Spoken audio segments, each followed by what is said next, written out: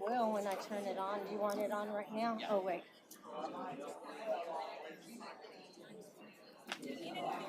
Nope, I think I'm good. Perfect. Thank you. Thank you. Where's my? Let me have 5 from Okay. over here. Okay. Who's doing that?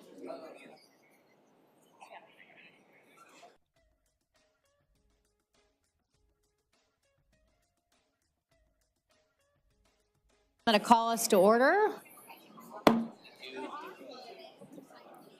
Welcome back. January 9th work session. It's good to see everybody. Hope everybody got somewhat of a break over the holiday. And I will turn the meeting over to our city manager, David Cook. Thank you, and Happy New Year, everybody, 2024.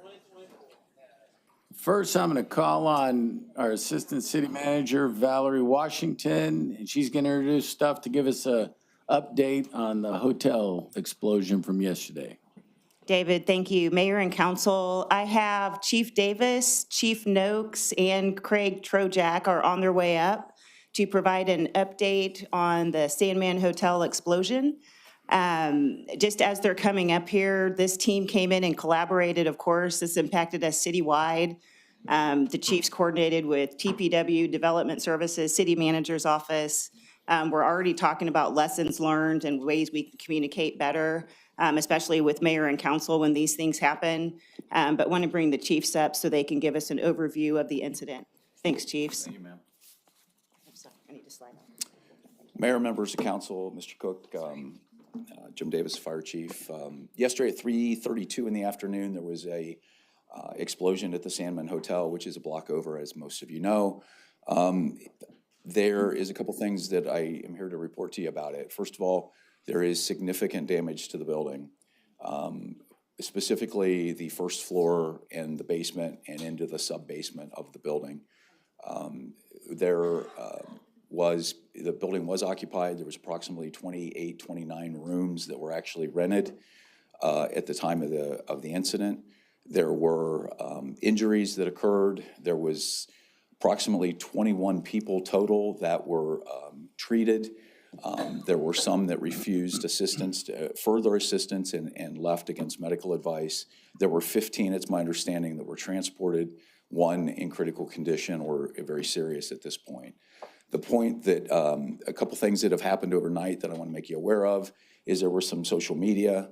I think the chief's here to speak to it as well, but there is, at this point, it is still under investigation. We do believe that gas was involved. The question that we have that we're waiting to work together with Atmos on is whether or not a gas leak caused the explosion or an explosion caused the gas leak. But at the moment, there is nothing that we're finding that, there was initial that this was some type of a car bomb, then there was a conversation through social media about nefarious act of people trying to damage the building purposely. And unless Chief Noakes has additional information that he's aware of, we have no evidence of that at this point. Do you concur, Chief? Absolutely, I concur. Mayor and Council, Neil Noakes, Chief of Police, Forward PD.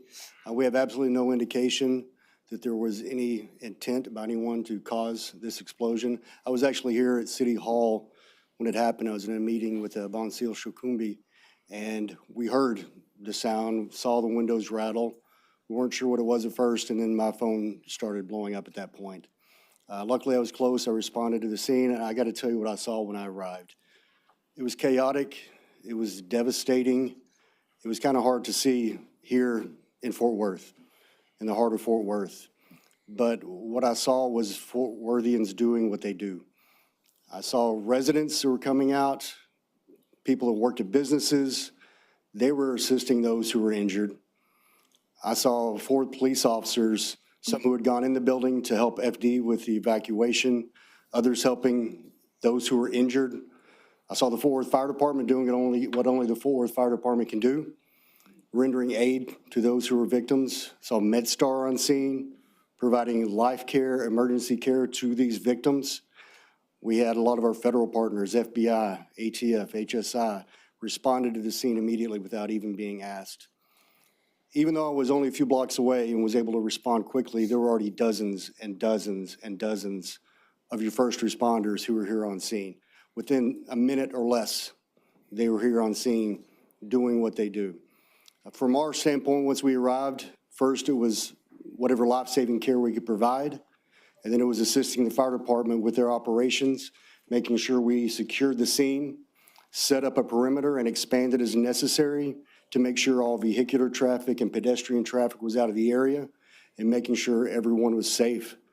I was really proud to see the way everyone, all first responders and our residents, responded to this incident. Obviously, it is not something any of us ever want to see happen anywhere, especially this close to home. But I want to tell you, you should be proud of your first responders and the way the residents responded as well. And a thank you goes out to business owners like Gloria Starling at Capitol Grill, Chef Tim Love, John Bonnell with the Buffalo Brothers that are providing food, coffee, whatever our first responders need to make sure that's one thing they don't have to worry about while they do their jobs. And we thank you for your support. Many of you showed up, many of you called, you offered your support, and it means more than I can say. There's a couple quick things I'd add on to that and where we're moving forward. So the Emergency Operations Center was activated. Can't thank Craig and our team enough on top of what Chief said. There's a lot of other people that I think I want to make sure that you understand the cooperation we've had. First of all, the folks at MedStar have been fantastic to work with. They're still on scene over there. I just came from there. Atmos Gas has been very cooperative. They're still on the scene. They're over there. Cody and his team from Environmental, we're talking about, how we get it cleaned up, the things that have to happen next. DJ Harrell and his team have helped us go in and structurally make a quick assessment as to whether on the stability of the building. So there's a lot of other folks. We, working with Cody, are planning on hopefully completing what we're doing now, which is completing a secondary search of the void spaces in the building. We completed a primary search. We removed all the victims that we could see, but there's concrete down from the first floor pancaked into the basement. So what we did overnight was we we got assistance from the state of Texas and the federal FEMA task force who brought cadaver dogs in to just run them through there, make sure that we we have a concern that we're missing somebody, even though there is nobody that's unaccounted for at this point. I want to make that very clear. We have nobody that's unaccounted for, but out of an abundance of caution, we've done that. And we've also, as part of that FEMA task force, they've brought in a collapsed structural engineer who has helped make sure that as we move debris, that we're not creating a further problem. So that's what's going on over there. And again, on top of the police, I want to thank the marshals. That was one group that I forgot to mention in my haste here. We hope to have this turned over back to the building owner by dark tonight as we complete our process. 8th, which you can see in some of the pictures, there's significant damage to the road, so that road's going to be closed for a while until they figure out how to repair that road. Talk to Cody. There's already a plan involved in how to assist the building owner in securing the building. The damage is pretty much glass-wise and from an exterior to the second floor, but the main significance collapse damage is from the first floor into the basement and sub-basement, which is where laundry, a restaurant, things like that were. We're very lucky that at this point there's no fatalities out of it. And if there is, I'll make sure city management is notified immediately that we've had. But our thoughts and prayers are with those that are impacted. The police have been fantastic working with the folks that were guests there and trying to recover their belongings and make sure that their travel voucher or their travel documents are all accounted for and things like that. So I think the one take-home message at this point is we don't have an official cause. We can say we're very confident that gas is involved at some manner, but we don't know what. And the take-home, it finds the lowest places in buildings. It finds the lowest places in buildings. So below street level, the basements. And then at this time of year, furnaces kick on, hot water tanks kick on, stuff like that. And if it's in that flammable range of not too lean and not too rich to burn, then it finds that ignition source, and that is what potentially causes something like this to happen in people's homes and et cetera.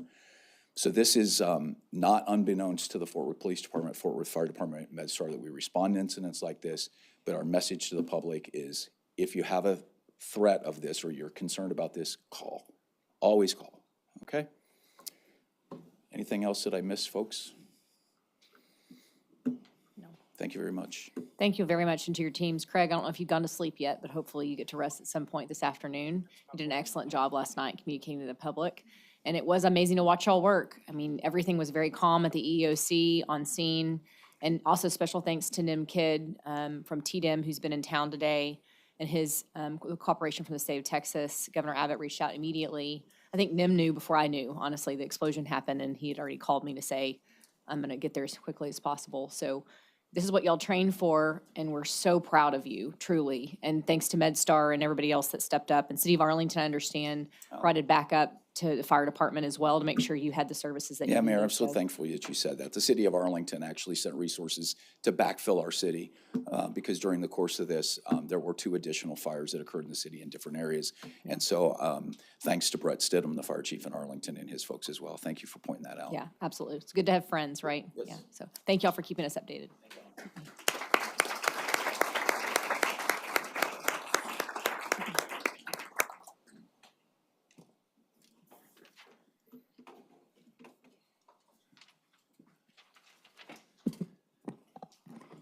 Hats off to our first responders. Thanks, chiefs, for all that. Next, I get to talk about a few of our new employees that have joined us. And first, I get to talk about, and I want you to know I'm excited to announce that Mark McDaniel's our new deputy city manager. As many of you know, it has taken me about a year to talk him into the job. He joined us about a year ago and has been working side by side our team. His company was helping us set up the Fort Worth lab. He served as our first chief transformation officer, and most recently went to become our green space champion, working on open space and the mayor's good-natured green space program. And I think he missed working with the rest of us on just doing the green space stuff. And so I am just so happy to announce that he's joined us as deputy city manager. He's got tons of experience. He's been city manager of Kerrville, city manager of Tyler, Texas. He's even spent some time down the street with the city of Dallas as assistant city manager. But we're excited to have him to be part of our team. Let me give him a moment.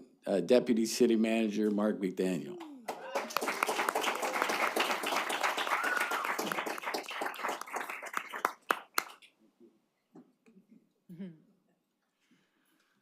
Well, David kept removing obstacles for me, and it wasn't hard because I did miss working with the team every day, and this is just a tremendous council. You all are just great leaders. You love your community, and it shows. And I couldn't be happier to support David and the rest of the executive team in service to you, the council, in this great community. So thank you very much. Congratulations, Mark.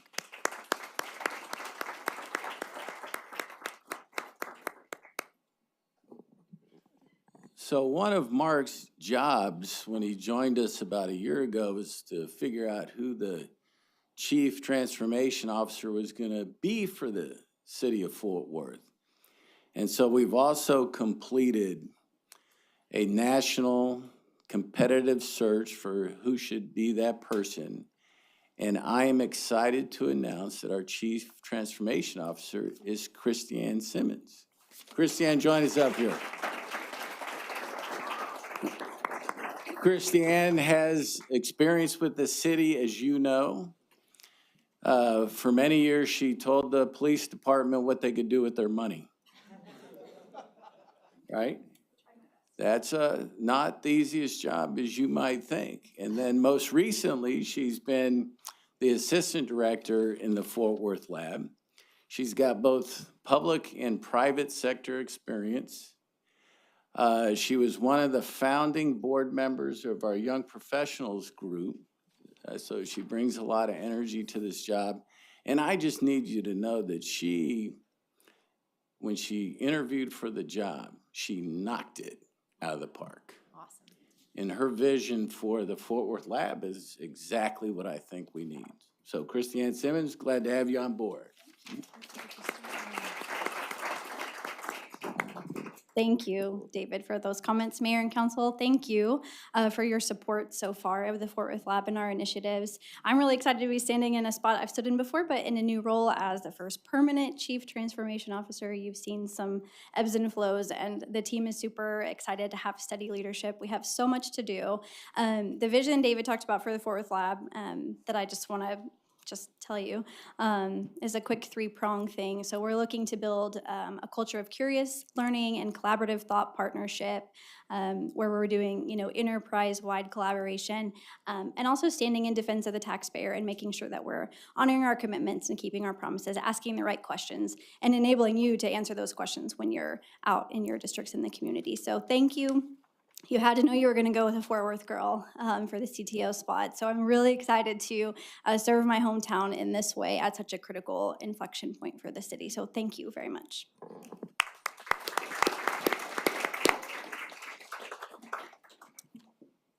Okay, now I'm going to call on Assistant City Manager Jessica McCackern to introduce our new library director.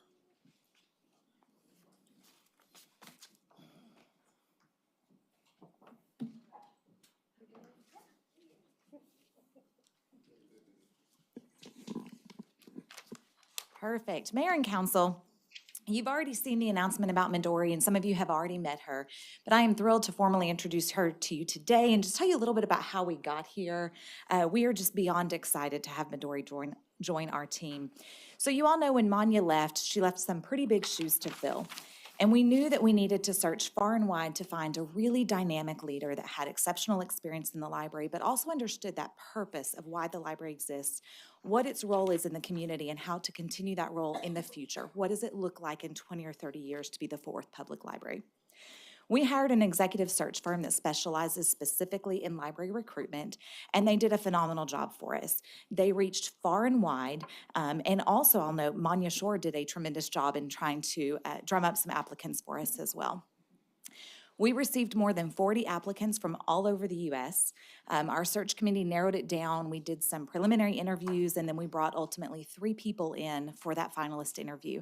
And Midori Clark, who stands before you today, just knocked it out of the park. It was a unanimous decision. We all just saw the vision, her passion for service, and knew she was the right leader to continue taking our Fort Worth Public Library forward. Midori has more than 20 years of experience in library administration. She most recently served as the director in Aurora, Colorado, as well, where they have multiple branches, a lot of the similar initiatives that we have. She also previously served as a news anchor and a communications manager. So I think that's going to be really helpful in this role, though, again, to continue communicating what all the library has to offer and reach those residents that, maybe just don't think about it on a day-to-day basis. I am tremendously excited to welcome Midori to the team. She has hit the ground running. She's been here for exactly 1 week so far, getting settled in, and she is just loving it so far, and we're thrilled to have her. So I'm going to turn it over to Midori now as well. Thank you. Well, thank you so much for the wonderful introduction. I am just absolutely thrilled to be here and be part of this incredible city and just this amazing library. I know they're going to be honored for an award today, and you'll get to hear just how amazing the work that they're really doing. So thank you so much for this opportunity, and I look forward to working with you all in the future.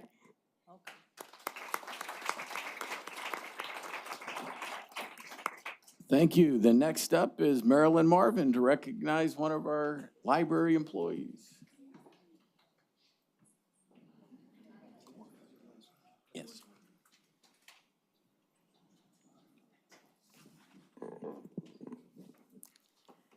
Good afternoon, Mayor, Council, and David. Marilyn Marvin, Assistant Library Director.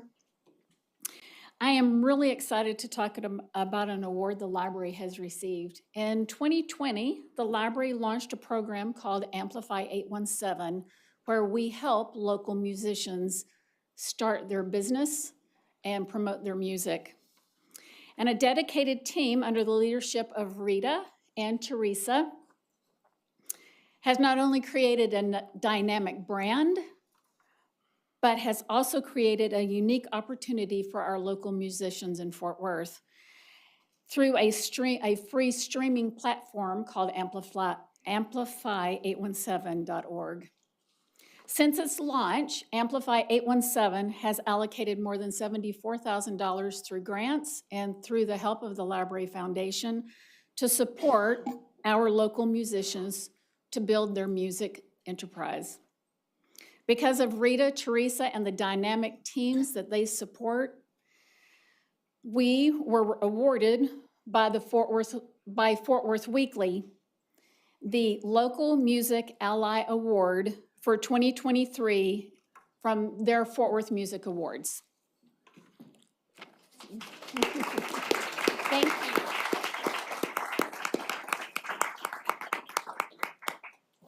Thank you and congratulations. Next up is Chief Neil Noakes. Something about somebody's retirement.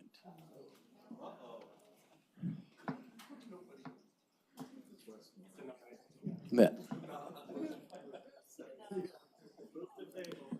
Mayor and council, I've enjoyed my time here. Thank you. No, I am not announcing my resignation, but I am here to recognize someone who is. You hear me say oftentimes the only reason for any success of myself or the department is not me, it's the grace and blessings of God and the people he puts around us. And I am surrounded by some amazing people at the Fort Worth Police Department.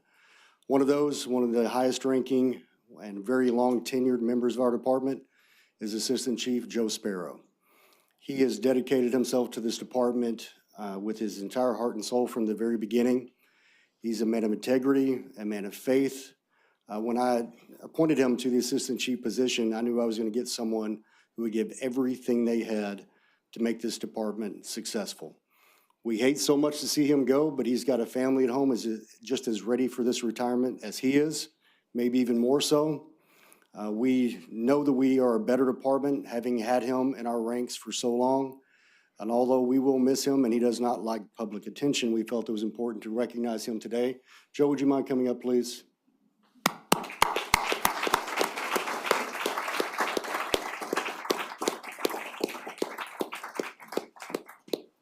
Good afternoon, Mayor and Council and City Manager's Office. It's been my greatest pleasure to serve the city of Fort Worth these 28 years and to work with such a great group of officers and city leaders. As you hear me say a lot, this city is one of the best in the nation, and there's a reason for it. And without going into too much detail, because I can talk when I want to, continue to do the good things that you do and continue to put people first. One of my favorite authors, Thomas Sowell, said, if you want to help people, you tell them the truth. If you want to help yourself, you tell them what they want to hear. So it's important that we tell people the truth and we deal with city problems by looking at true ways of dealing with them, rather than things that just necessarily we kind of go with the flow. I'm not going to go into details with that. You can read my books if you want to find out about that. But this group of officers that we have here in Fort Worth, being the highest ranking Black member of the Fort Worth Police Department, if I saw a bunch of racial issues negatively going wrong in this department, I would be the first to speak out about it. I am not afraid or ashamed, and Chief Noakes will tell you that, to say anything if I need to. Now, I have to bite my tongue sometimes because I am kind of straightforward when I'm not trying to be political. But this is a good group of officers. And sometimes they make mistakes, but they intend to do the right thing. And for these officers to put their lives on the line every day, how many of you do that? How many of you signed up to be willing to die for people they don't even know? For this group of officers who do that, that is awesome. And they're gonna have my praise and support. And you know what? When they do wrong, we're gonna hold them accountable. And that's what we do.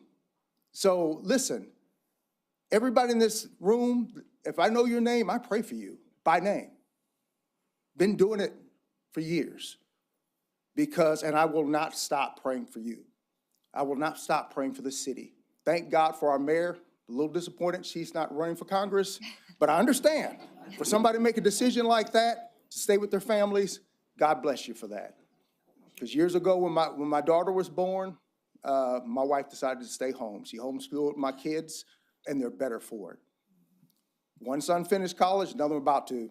Good kids. So God bless you, and continue to pray for you. All right. Thank you.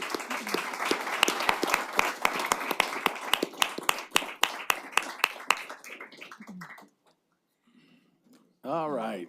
Now we're going to turn to informal reports. You can tell we haven't met in a while. There's only 14. The first informal report is on the 2026 bond program. Yes, we are starting the 2026 bond program. And Eric Flatiger is available if there are any questions. I have one Eric? question.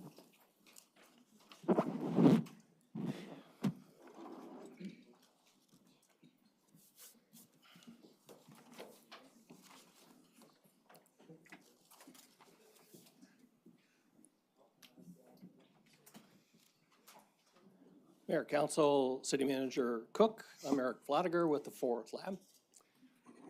Hey, Eric, thank you for putting this together. My question is, on slide 3, when it mentions the draft goals and objectives, I see the last one there, support areas that produce high tax generation per acre. And I want to know how that plays into the equity analysis that we do as part of, we did as last year's bond, and I saw that it's a criteria in this year's bond, but sometimes those two things don't go together, and so I'd be interested to know how we're going to prioritize both as we move forward. Thank you for that question, Councilwoman. The purpose of that particular objective is to ensure that we're acknowledging and we're recognizing that different types of development across the city generate different tax revenue on a per acre basis. And because we have to maintain in perpetuity all of those capital projects that we construct through the bond program, we need to ensure that the city is able to cover the maintenance costs of those new facilities and all of their facilities the city is responsible for maintaining. So the purpose of that is just to acknowledge that there are areas that based on the type of land use, based on the type of density, based on the type of construction, tend to generate higher tax revenue, and those are worth supporting and acknowledging that they benefit the entire city. Okay, and we haven't done that in years past? That's correct. What we have done is done a sort of a proxy for that, and that is focusing on economic development as an objective as well. So this is just taking it sort of one step additional, still focused on, are we generating the economic activity that's not only going to create employment, but also allow us to sustain, fiscally and maintain the city rating. Okay, thank you. Any other questions, council, for Eric? Go ahead, Jared. This may not be for Eric, maybe for David. David, we've had a conversation. I appreciate y'all putting it in this presentation on neighborhood streets. And I think it'd be good for our residents, especially in District 6, for us to just really quickly talk through the difference between neighborhood street rehabilitation and also maintenance. And I'm glad it's there. And personally, I would like to see us do more in terms of both maintenance and rehabilitation of neighborhood streets, because sometimes it's hard to get into real deep in the neighborhoods on repairs. And so would you mind kind of highlighting what you talked about in our one-on-one? I think it's helpful for our residents to understand as we move forward with planning. Sure. As we talk about the upcoming bond program and the capital projects that we try to tackle each and every year, we know that transportation needs are pretty vast. And so it's not only the arterials for new capacity, but it's what do we do with neighborhood streets and how much of those need to be part of the bond program as opposed to just being part of an annual maintenance schedule with pay-as-you-go. our preference is to pay for neighborhood streets through pay-as-you-go, or the maintenance of them through pay-as-you-go. And if we have to build new capacity or reconstruct streets entirely, that's the purpose of a bond program.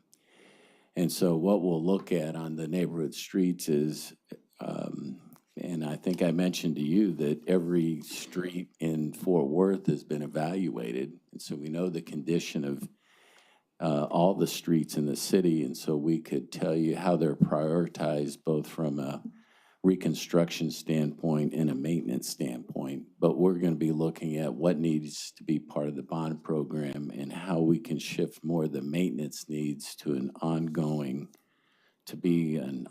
one, whether it's pay-as-you-go or some other source of revenue. Thank you so much for that, David. I look forward to that, especially as we head into the retreat for next budget. Just looking at what more can we do to improve the amount of investment we put into neighborhood streets. And then one last thing, I just really appreciate also traffic signals being in there. That's something that is not unique to District 6, and I know my colleagues probably could talk just as long as I could about traffic signals and the importance of those. So just look forward to the planning, and thank y'all in advance for all of the hard work y'all do over the next months and a year or two. Thank you, sir.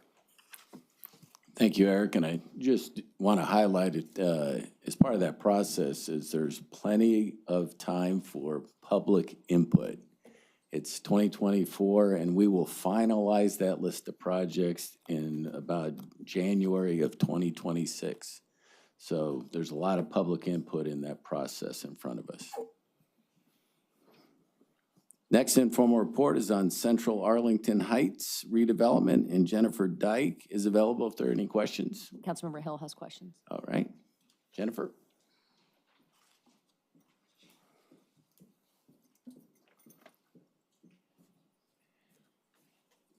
Yes. Hi, Jennifer. Just a couple questions. Do we have a date yet for the community meeting?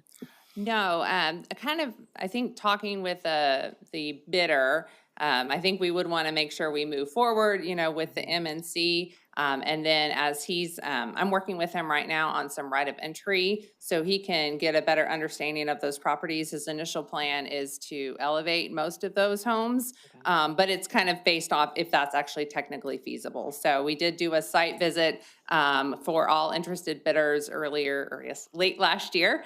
And so that was just 2 days, but now that his bid is moving forward for approval, he wants to go and take a better look to see, are these technically feasible? So get his experts out on the site.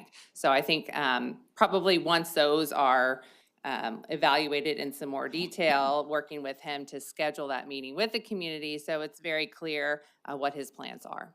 Thank you. Could you actually back up and kind of walk through the process now that we do have a bid? And how that process will go through the city side, and then what will happen after that? Right, definitely. So, so when the MNC is scheduled for January 23rd, and so if that moves forward, then we will work with him to actually sell the property. So move forward with closing. We've reviewed his bid; everything is in compliance with the requirements. So we would work closely with him. He's got 48 months to basically develop those sites and make them livable. So that's pretty much elevating the existing homes. There's one home that's slab on grade. I think the plan is to demolish that and then build a new home in conformance with the requirements in the bid package. So, so he would go through the typical development review process. We've already given the development review team a heads up on this before and move forward with the bid proposal just to make sure that everyone was on board on what we were proposing. So he would work through the normal development review process. We've just got those kind of higher standards outlined in the bid package. And then really we're relying on the developer to make sure the community is aware, but we're going to be working very closely with him. So we'll be available for questions as well. Okay, great. And then should this not move forward, will it automatically go back to the original detention pond or not? Yes, space, I guess? So if it doesn't move forward, the plan was that if we could accumulate enough of these properties together that we would explore doing a detention basin. Of course, we've been coordinating that with the community, and I'm not going to say that that we were able to get everyone on board. I know that there's some that would prefer green space, some that would prefer redevelopment. But if we go back to the green space option, we would work very closely with the community. We want to get their feedback on the type of design that they want, and see how we could take their feedback into account in the development of that stormwater detention basin in the green space. Perfect, thank you. Thank you. Thank you. Next informal report is on city council notification of alcohol license and permit applications. And DJ Harrell is available if there are any questions. DJ? I'll have a question Okay. later, but I'd like to have him present Okay. as an overview, then ask.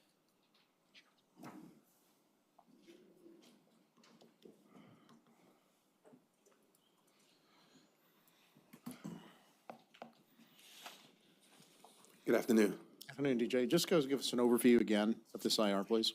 Okay, so council had requested information on how we can better facilitate you guys' ability to protest an alcohol license with TABC.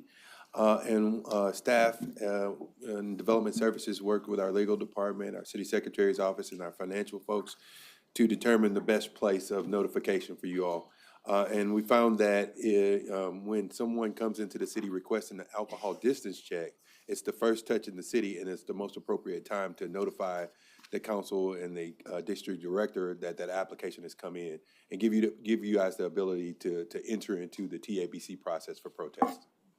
Yeah, I tend to agree. That would be very helpful. I'm going to reference back to an IR that I requested back in last year in April, IR 23-0689, in which I had to contend with a similar matter, right, with an alcohol distance permit request.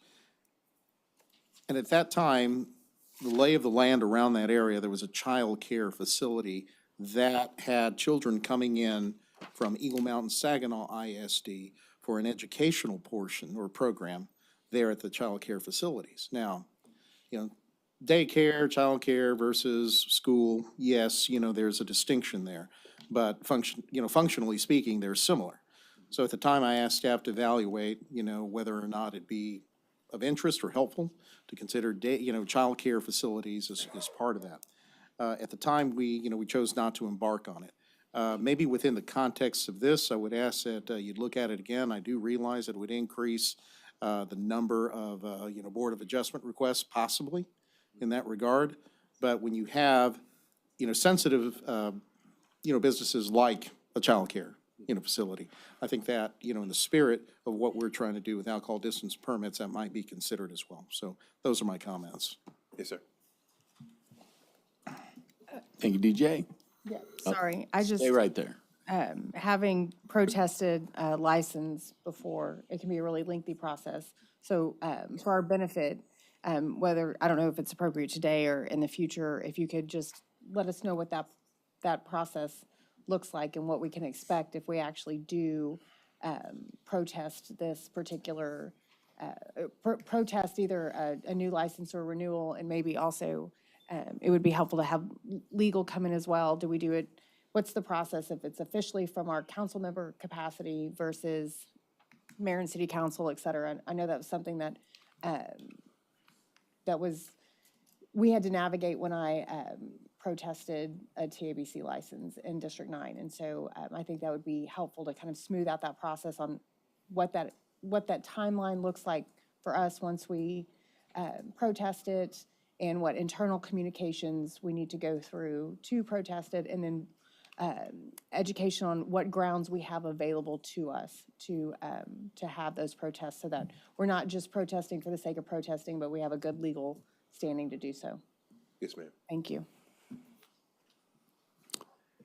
All right, our next informal report is on civic education opportunities offered to schools, and Lawrence Thompson and Michelle Good are available for any questions. Of course, I want to hear details. There we go.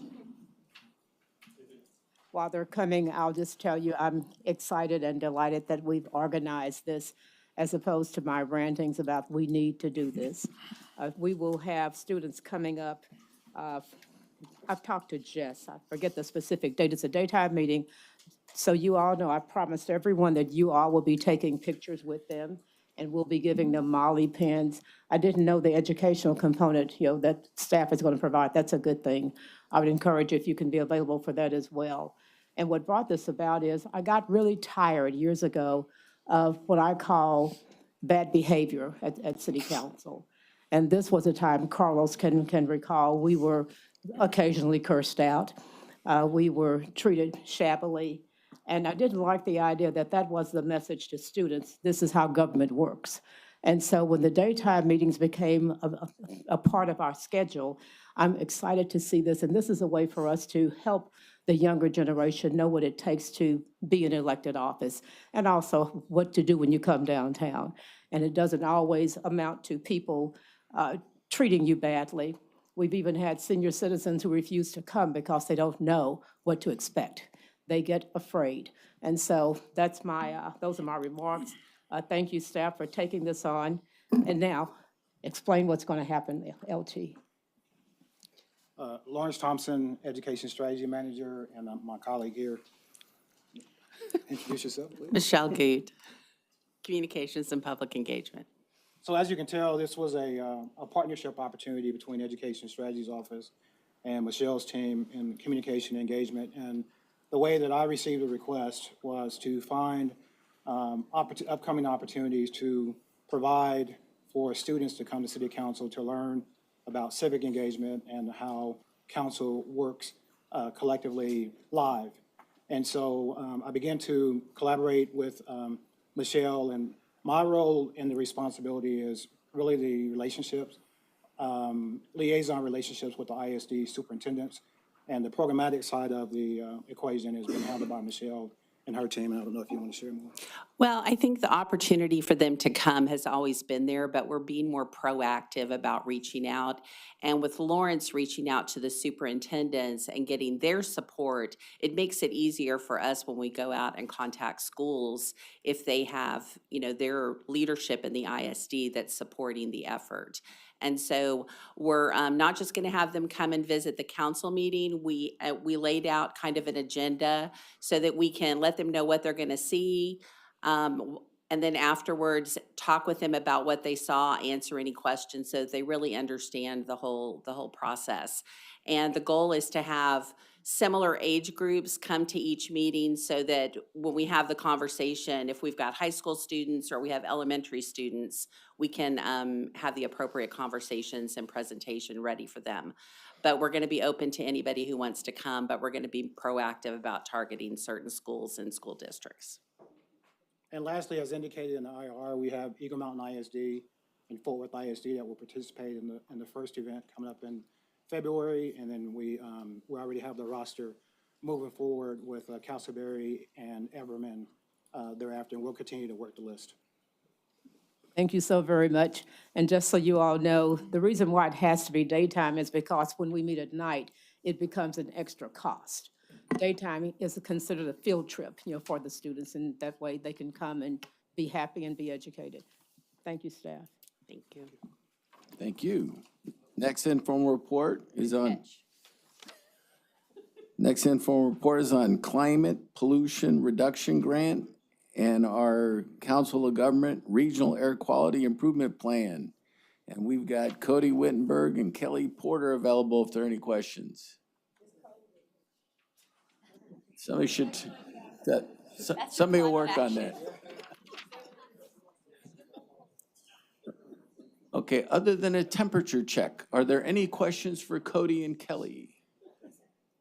Okay, Kelly, you stay there. You got the next informal report. The next informal report is on the locally preferred alternative recommendations for the East Side Transportation Plan. And Kelly is available for any questions. And we've got a whole presentation. And presentation's coming. Want to wait for that? Yes. All right, Kelly. Next informal report is on closing the live release rate and communication gaps, and Chris McAllister is available if there are any questions. Chris, come on up. Mayor, Council, City Manager Cook, thank you. Chris McAllister, Assistant Director for Animal Control. Chris, maybe to start with, why don't you just do an overview of what's in this IR for anybody watching, then we can ask specific questions. Okay, Thank sure. you. So I'm going to kind of paraphrase from it. It's 5 pages. So what we're asked to do is provide a report back to council and mayor for the live release rate and kind of our strategies on how we increase that. The live release rate is measured by taking your live outcomes and dividing them by your total outcomes. So it's this little algorithm, if you will, where numbers plug in. So when we reach 90%, shelters are considered no-kill. So it's a benefit for the animals and staff to try to hit that number, right? So currently, we're floating at about mid-80s, and we looked for some strategies on how to get that up. That's kind of what we culminated in this IR. I'm going to skip kind of ahead to what the strategies are. There is some data in here about, owner surrenders, adoptions, and kind of just some historic information in there for you. Some of the strategies we had to kind of move forward, and these are progressive for Fort Worth. One of it is a community intake system where we'd work with Spay Neuter Network, and they would provide triage for scheduling for people in the community who wanted to surrender animals. Right now, our owner surrenders account for 25% to 30% of our intake. And as an open door shelter, we never know what's coming to the door. I could have 60 in one day, I could have 10 in one day. So this program will allow us to kind of get a handle on it so we can better manage our resources and staffing and know what's coming to the door. This also allows us to network animals more. And so again, this is one strategy to increase that number up. It's our primary. And I could go through those, Mayor, if you'd like me to. Just for That's time. okay. Any questions specific to Chris? Elizabeth? So I appreciate the list of strategies. The one question that I have, I know we are really fortunate in the city that we have, particularly when it comes to cats, in neighborhoods that have strong feral cat cultures of the porch kitties and whatnot, of the trap and, spay or neuter and then release as part of helping to control that population. Correct. And it's my understanding that those are largely volunteer organizations that go to volunteer veterinaries that are veterinaries that provide those services for them free of cost. What can we do to be better partners with organizations like that? Because I know some of those specific to District 9, the veterinarians that they have historically worked with are retiring or no longer providing that service. Sure. And that's free labor for us at the city of Fort Worth. I mean, they're going out with their own traps and they're providing the food and the care and the cost of the surgeries. Can we set aside funds to be partners in that where they can bring these animals to us? Particularly, I don't think we catch and release dogs, but when it comes to cats, we know that happens. Sure. What can we do to be better partners in that? So I just had a meeting with Operation Kindness. And Okay. I mentioned them during the feral cat IR, but I'll kind of recap that. So we just met with them. We're gonna have a lot of follow-up meetings. They have secured a number of grants on our behalf with Best Friends Society, one of the big organizations in the country. And this is gonna be a 2-year program with us, as long as the funding maintains. One of the initiatives that we're pushing with them is to do more feral cats. They are currently in our shelters to a facilities agreement, and they are helping us spay and neuter. So they are currently supplementing what our veterinarians are doing. But again, a big part of that conversation is including the feral cats. Yes. If we could just continue to try to work with those community partners, maybe that's an Absolutely. outreach. Because if they can bring them here and we can do it provided at a lower cost, it helps those folks in the community and they're able to trap and Absolutely. capture more. Thank you And so that's the much. plan. I really appreciate your thank efforts you. on this. I know it's not easy. Chris, Macy. oh, I'm sorry. Sorry, Macy and then Carlos. Okay, I was gonna start at the beginning and work my way back. Is that okay? So when you talk about the live release rate, you talk about live versus not. Are there any other aspects to the live release rate that you take in consideration? Animals that are aggressive, that are unadoptable, those that we're transporting out, are those all part of the equation? So unhealthy and untreatable and owner surrender. So I'll just example it out. So if an owner surrenders an animal and we deem it unhealthy, untreatable, and there's a whole listing of how we make that decision, right? Those do not affect the live release rate in a negative way. Okay. But I'll tell you for December, it was 16. So it's not a large number. As far as animals that are aggressive or medical, we make those humane decisions when we have to. For aggressive, I can't put an aggressive animal back out in the community. If an animal is suffering, then we make a humane decision. But those do affect our live release rate number. But it's the right decision in the moment. Yeah. In El Paso and Houston, their live release rate is a little bit higher than ours currently. What are they doing differently than we are doing currently? Personally, I believe it's because they are managing their intake, which is part of our strategy for a community intake program. Again, I can't plan the day if I don't know what's coming to the door. And for us at 11 p.m. or 11 a.m. rather, I have 2 lines out the door at each shelter. So with this partnership with Spay Neuter Network, they are going to triage all the scheduling. They are going to offer free services, and that's one of their big pushes. You know, if someone calls and goes, I need to surrender an animal, they will offer food, vaccinations, spay and neuter, anything to try to keep that animal in its home. So that'll all happen before it even comes to us. So it'll be a good push to try to keep those animals at home. And are we able to utilize, they have a free clinic on East Seminary. Are we able to utilize that clinic or push clients that would have to wait at our shelter to get spayed neuter? Can we So push them yes to East Seminary? Sorry, yes and yes. So Okay. we do both. We push in that direction. And if we have to send someone out on a voucher to get an adoption at the door, we will use a voucher program with them. And will you go into just a little bit more detail on what a managed program would look like for the city of Fort Worth? So again, spay and neuter will do the upfront. So again, exampling it out, someone will call in to the number to surrender their animal. If the animal's healthy and adoptable, then they're gonna go into a queue system, right? Once all the other things, all the offerings, if they say, I still want it to surrender, then they're gonna get in line. That may be a week, maybe a day, you know, but they're gonna get in line. If the animal's aggressive or it's medical, we're gonna take it immediately. We're not gonna put you in line, it's an immediate take, right? So once an animal comes to us, a lot of things have already happened as well. It's on their website, and our partners, our transport and rescue partners, can see these animals before they get to us. So part of the hope is the animal, again, will never reach our doors. They'll be networked prior to coming to the shelter, if that makes sense. It does. And when we're talking about community resources, my last question, I promise. We talk about community resources and being able to provide, you know, food. If someone, you know, is struggling financially, and that's the reason for wanting to give up their animal, and we're providing food or blankets, whatever they may need, is there a way for residents to contribute to that program, either financially or do donations currently? Yes, so donations always, but right now we receive a lot of donations at the door. We have a lot of nonprofits we work with. We have some of the big ones, corporations, Petco, PetSmart, and we get a lot of donations through them. So we actually have food pantries at both shelters. So if you come to the door and say, I can't feed my animal, we turn you to the pantry and let you take what you need. Yeah. Thank you. Gina, I think you had a question, and then Carlos too, sorry. Carlos? Okay, thanks, Mayor. Question, Chris. Macy covered some of the points that I wanted to ask about. I was just looking generally at trends here. I mean, you know, as the report states, you know, COVID had a lot, you know, to do with it. I mean, there's some things that kind of stand out a little bit, like the city of Austin, you know, on theirs. I mean, but, you know, come 2020 and 2023, I guess they weren't collecting data then on their live release rate? Yeah, we couldn't obtain that data. Okay, It you wasn't couldn't obtain published, it, okay. and we were never provided with the data. All right. Yes. Okay, then the only remaining question that I had is this: when it comes to area rescue groups and other, you know, nonprofits that help out, has that number changed significantly since right before COVID and after COVID? I didn't pull the data prior to COVID. What I can Okay. tell you over the last 3 to 4 years, that number has increased dramatically. Has increased, Has okay. increased. And that's, you know, we have a lot of rescue partners we work with in transport. Some of the big ones in the area, they are pulling the bulk of the animals, as well as Oregon Rescue that we work with.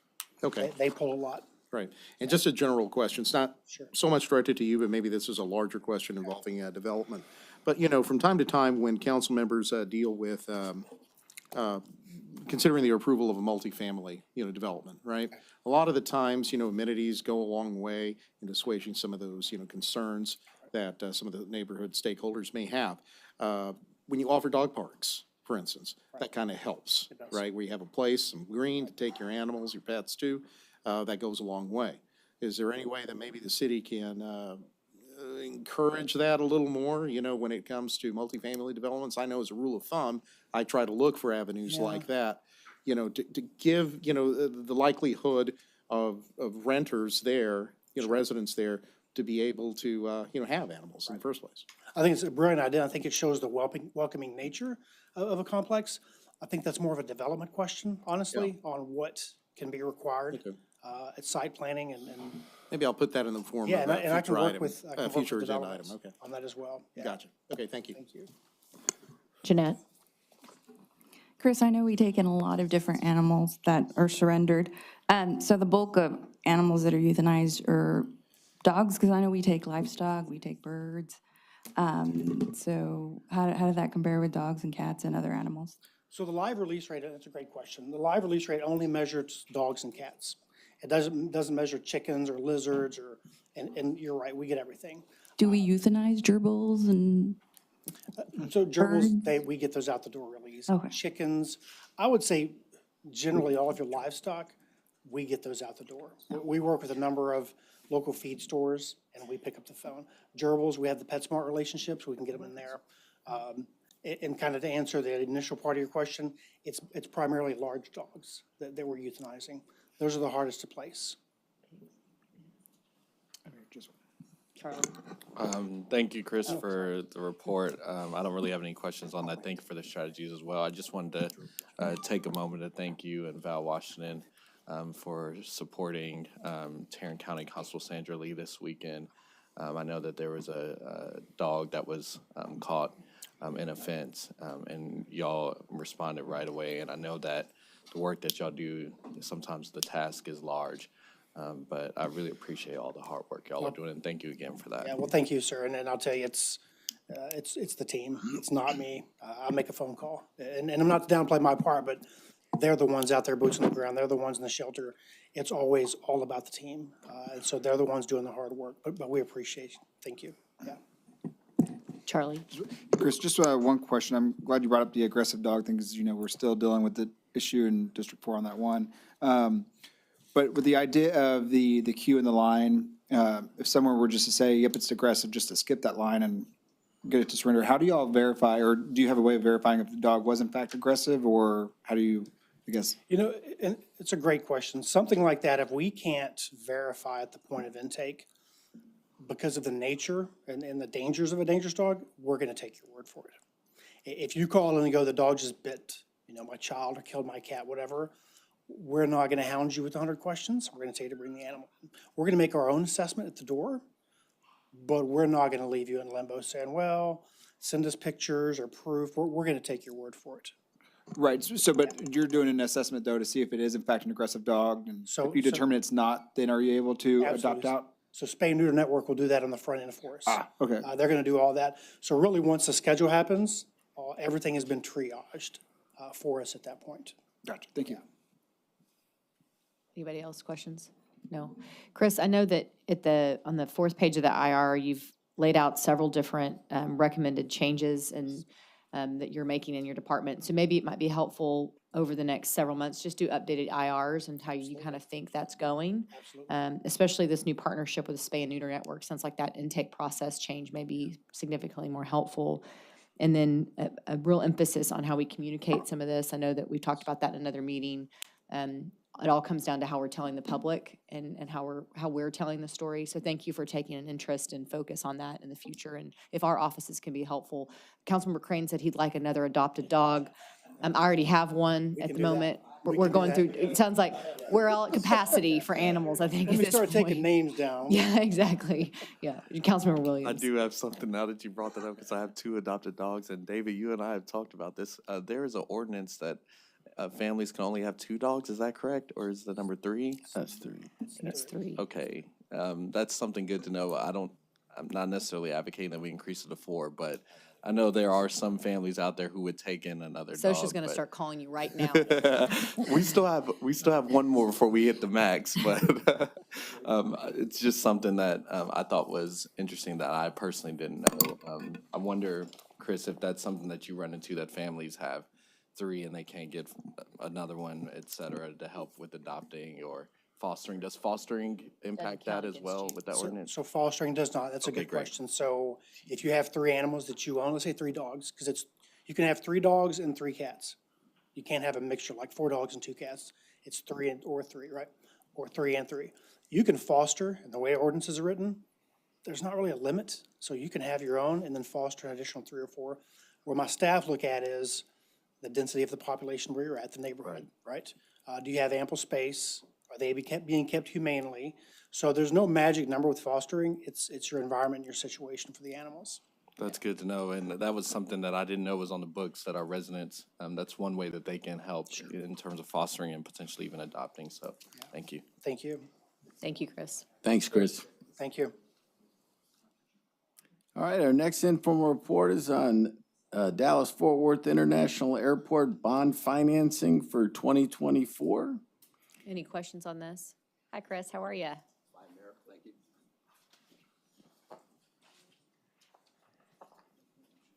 Somebody asked him a tough question. He came all this way, prepared.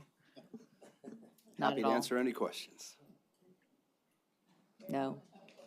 No. I've already had this briefing, so I knew the answers.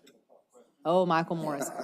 No heckling from the gallery over there, Michael. No heckling. Chris, we appreciate you being here. Y'all are doing an excellent job, but we'll have a larger briefing on the airport in the coming months for council. Thank you very much. Thank you so much. Chris. Next informal report is on police, fire, and MedStar strategies for addressing fentanyl abuse. And we've got Chief Davis, Chief Noakes, and others if there are any questions. I think have them all come up here. Both of them come up here. Thank you. All right, everybody up here.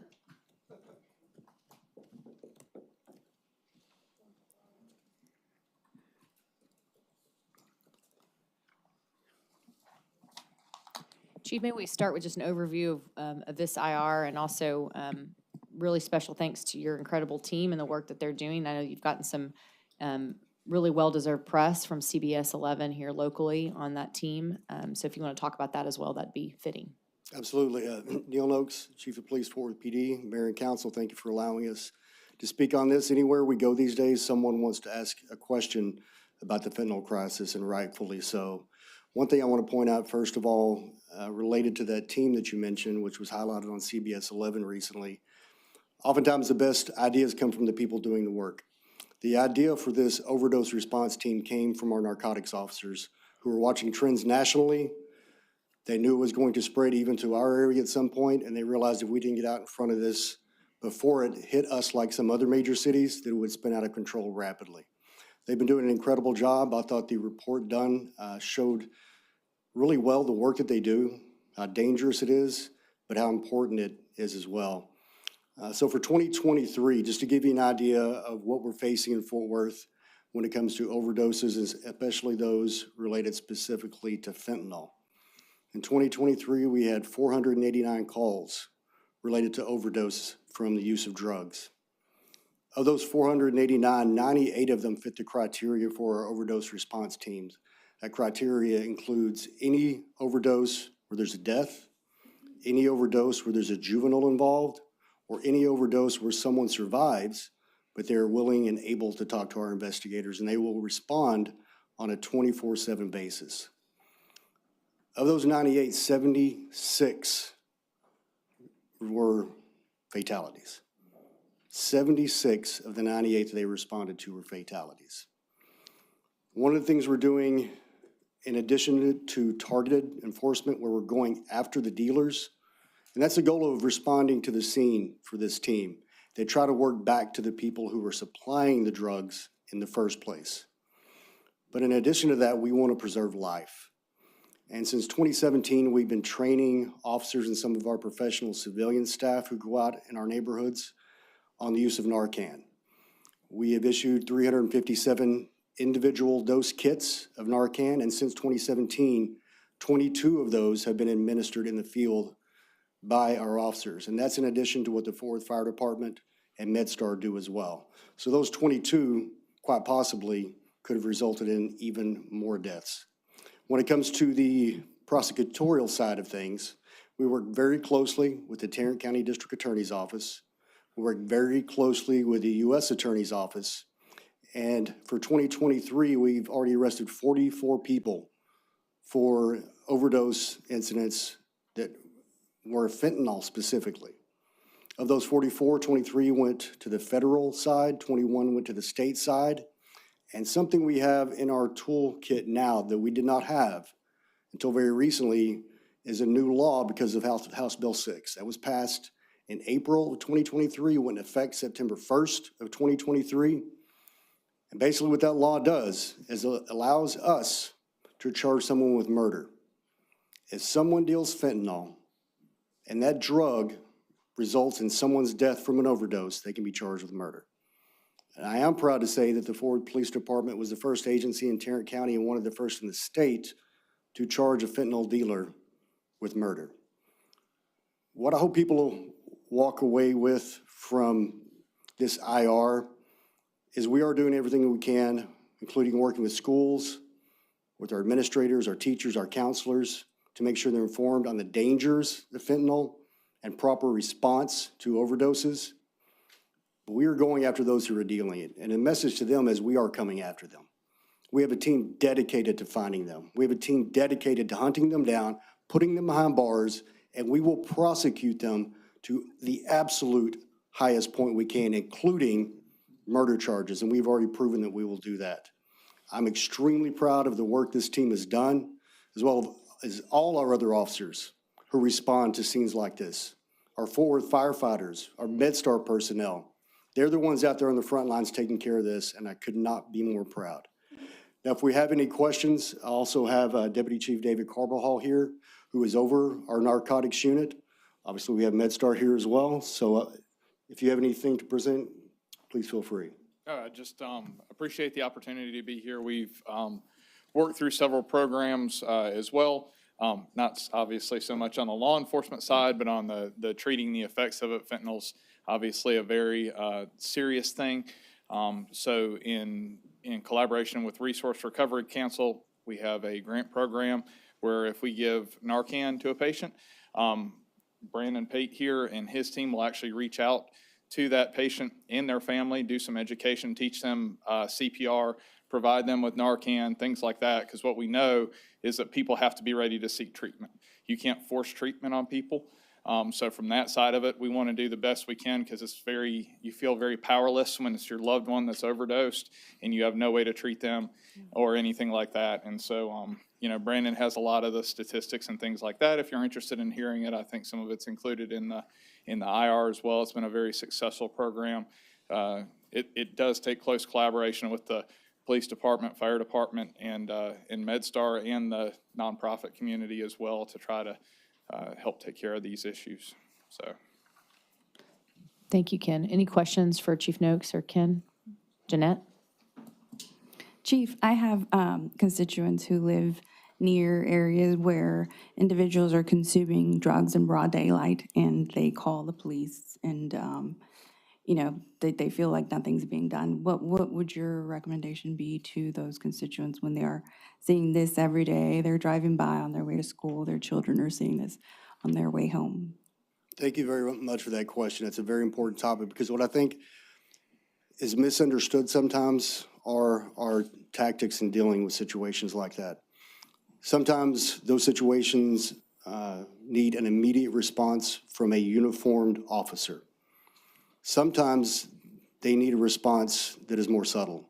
They need a response in an undercover capacity so that we can actually go in and make buys from these drug dealers to build the evidence we need to be able to go in and not just arrest somebody maybe for possession, but arrest somebody for delivery or selling of these illegal narcotics. We need that information from the residents of Fort Worth. We need people who will call us and tell us what's going on and exactly where. The only way we get ahead of this even more and make sure we're doing everything we can to stop this crisis is if we are working with partners like MedStar and the fire department, but critically that we're working with our residents as well. Macy? Chief, will you talk to the best of your ability that you can in public about the relationship with the DEA and Fort Worth PD and how that, especially with the prosecution of these cases and how that works? Absolutely. We have several partners we work with. Some of those are federal partners like the Drug Enforcement Administration.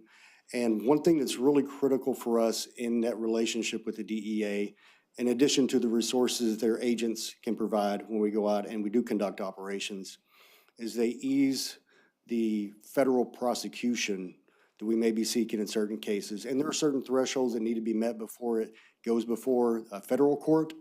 Sometimes that's the best way to go. Other times it's best to go with our state courts. And we have a great relationship with the Tarrant County District Attorney's Office as well.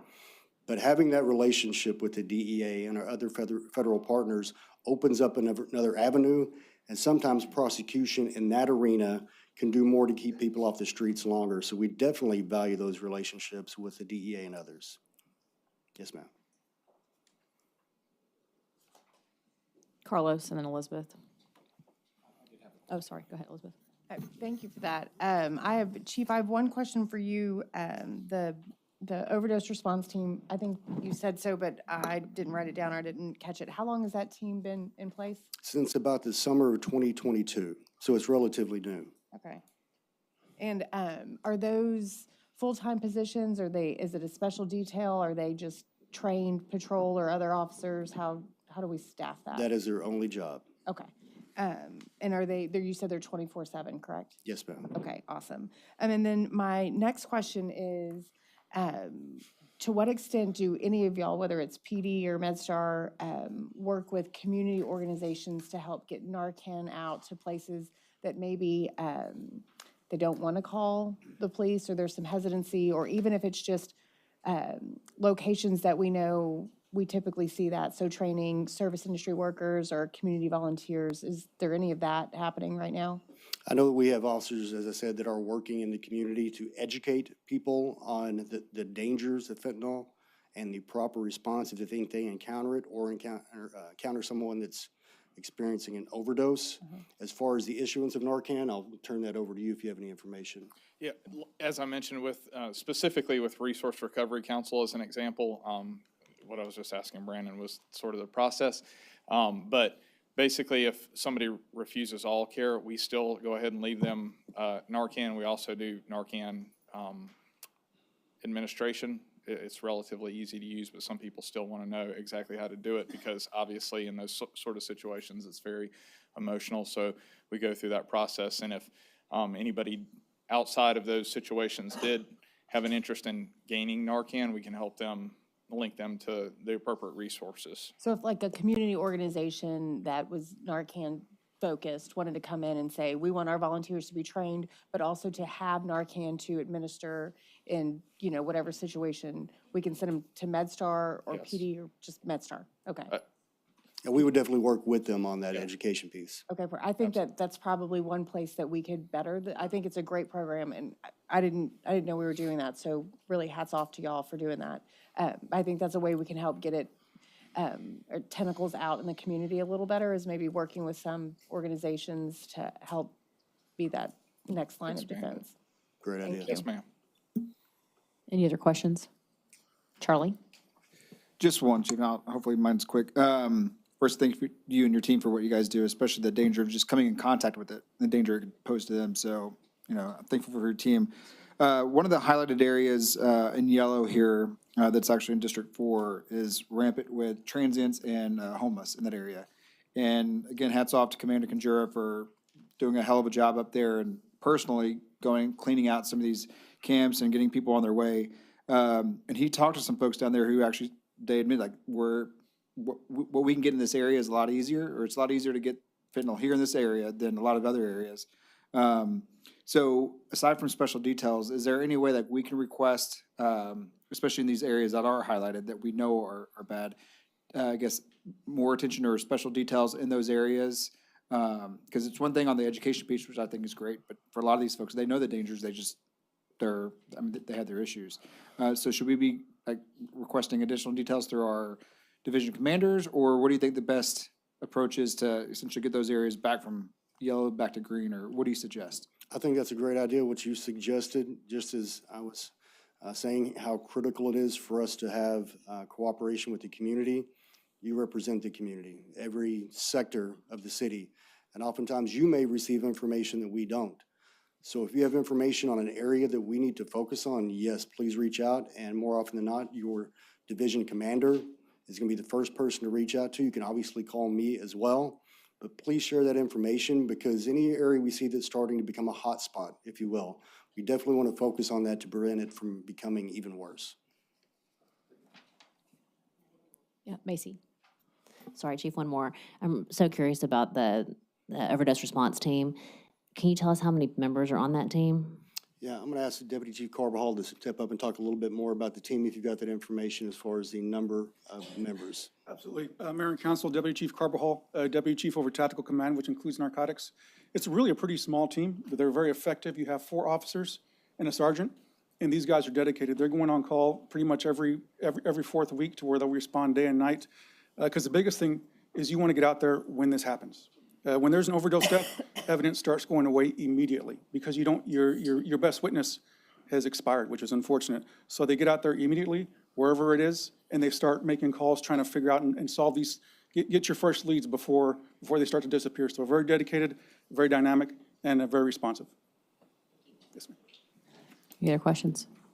No, the only comment I had was mainly for the fire department. I think that there's some note in here about some additional multidisciplinary work with other teams, just ensuring that they are also coordinating with MedStar and their Partnership Recovery Resource Council, because that seems to be working really well. So just a note to the fire department if they're listening. Thank you. Thank you. Thank you, Chief. Next informal report is on the process to move council elections to November. And Dennis McElroy is available if there are any questions. All right. The next informal report is a proposal to amend the Neighborhood Empowerment Zone basic incentives and tax abatement policy. And Victor Turner is available if there are any questions. We're rolling. The next 2 informal reports are on council-initiated zoning changes in District 11. And LaShondra Stringfellow is available if there are any questions. LaShondra? I have a question, LaShondra. It's really easy.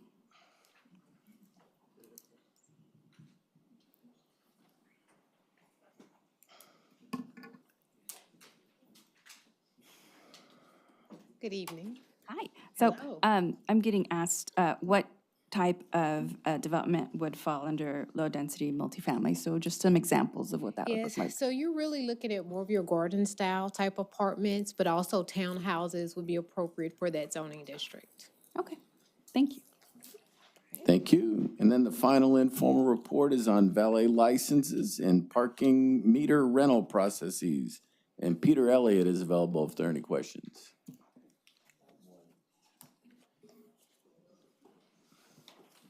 Peter, how are you? Good. I just want to, thanks for putting this together. No problem. I do appreciate it. I have a question. It says a license may be revoked if licensee fails to comply with ordinance, da-da-da. Do we ever revoke one for non-use? We have not. Okay. We have not. I think we may want to look at that as part of a process if we're using city streets, et cetera, and private businesses are using it, but they're actually not using it. And so we are, in some instances, shutting down places that could be for parking or for other things. So And let's talk what about we that. what we Council, do talk do about that. is if there is a sense that there is non-use, we will do an audit. Okay. And in one particular case, we have done that and basically took those particular valet zones and reverted them back to commercial loading zones and passenger loading zones, but we don't really have a formal process, so to speak, relative to. You may want to, I'm just saying, we may want to explore that as Sure. essentially if it's just sitting there not being used in some way, shape, or form, and we do an evaluation process, but it sounds like you get a sense it's not being used, but do people need to report it? Well, yeah, right. Based on Maybe based doing on an our audit every so often? Right, based on our audits, which are at least every 6 months, we see that. You know, what we don't have is sort of like a minimum percentage use. So if there's some use, you know, so maybe that's something that we potentially could look at. Yeah, I mean, if something is, I guess to say we don't have to belabor it here, but if it's a valet use and there is no valet ever there, we may want to consider turning that back into public use. Absolutely. Yeah, thank you. Thank you. Thank you. Mayor, that concludes my report. Okay, we made it through IRs. You ready to keep going? Yes. Okay. Next is any questions regarding changes in memberships or boards commissions for January 23rd meeting? Or questions regarding significant zoning cases that are upcoming? Okay. We are going to move Dr. Ramsey's presentation to another date. So we're going to move straight into the East Side Transportation Plan alternatives. Lauren Prier, you're up first. And Kelly, and Michael Morris, and Rich Handrusky. Oh, William's going to kick us off. Okay. Good afternoon, Mayor and Council. William Johnson, Assistant City Manager. We're going to see a presentation today about locally preferred alternatives for the East Side Corridor. And this has really been a long collaborative process led by and coordinated by TPW and Kelly Porter. I want to thank them and their team for their work. It has involved multiple public meetings and lots of collaboration, and it really informs environmental processes around three major issues, if you will. The expansion of I-30 that TxDOT is working on, and the environmental processes associated with that. Potential high-speed rail, which COG has really been pushing for Fort Worth to be a stop along whatever high-speed rail project should come into the region, as well as high-capacity transit and economic development for the Lancaster corridor. And it would be remiss for us to think that any of this could have happened without huge amount of cooperation and a major thanks to our partners in all of this, specifically TxDOT with Ricardo Gonzalez, who is here representing TxDOT, Trinity Metro with their CEO, Rich Andreski, and the North Central Texas Council of Governments with the guy that probably doesn't need an introduction, Mr. Michael Morris. I think we all agree that if we're going to invest $180 million to $200 million along that East Lancaster corridor, we want to make sure that those investments maximize the benefits to our community and maximize our opportunities for economic development.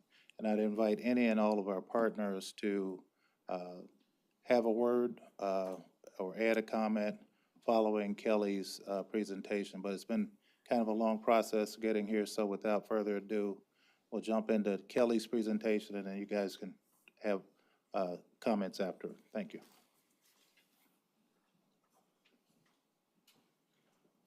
Okay, so it was 2 years ago when I got in front of council and presented on, at the time, what we were calling the East Lancaster Corridor Plan.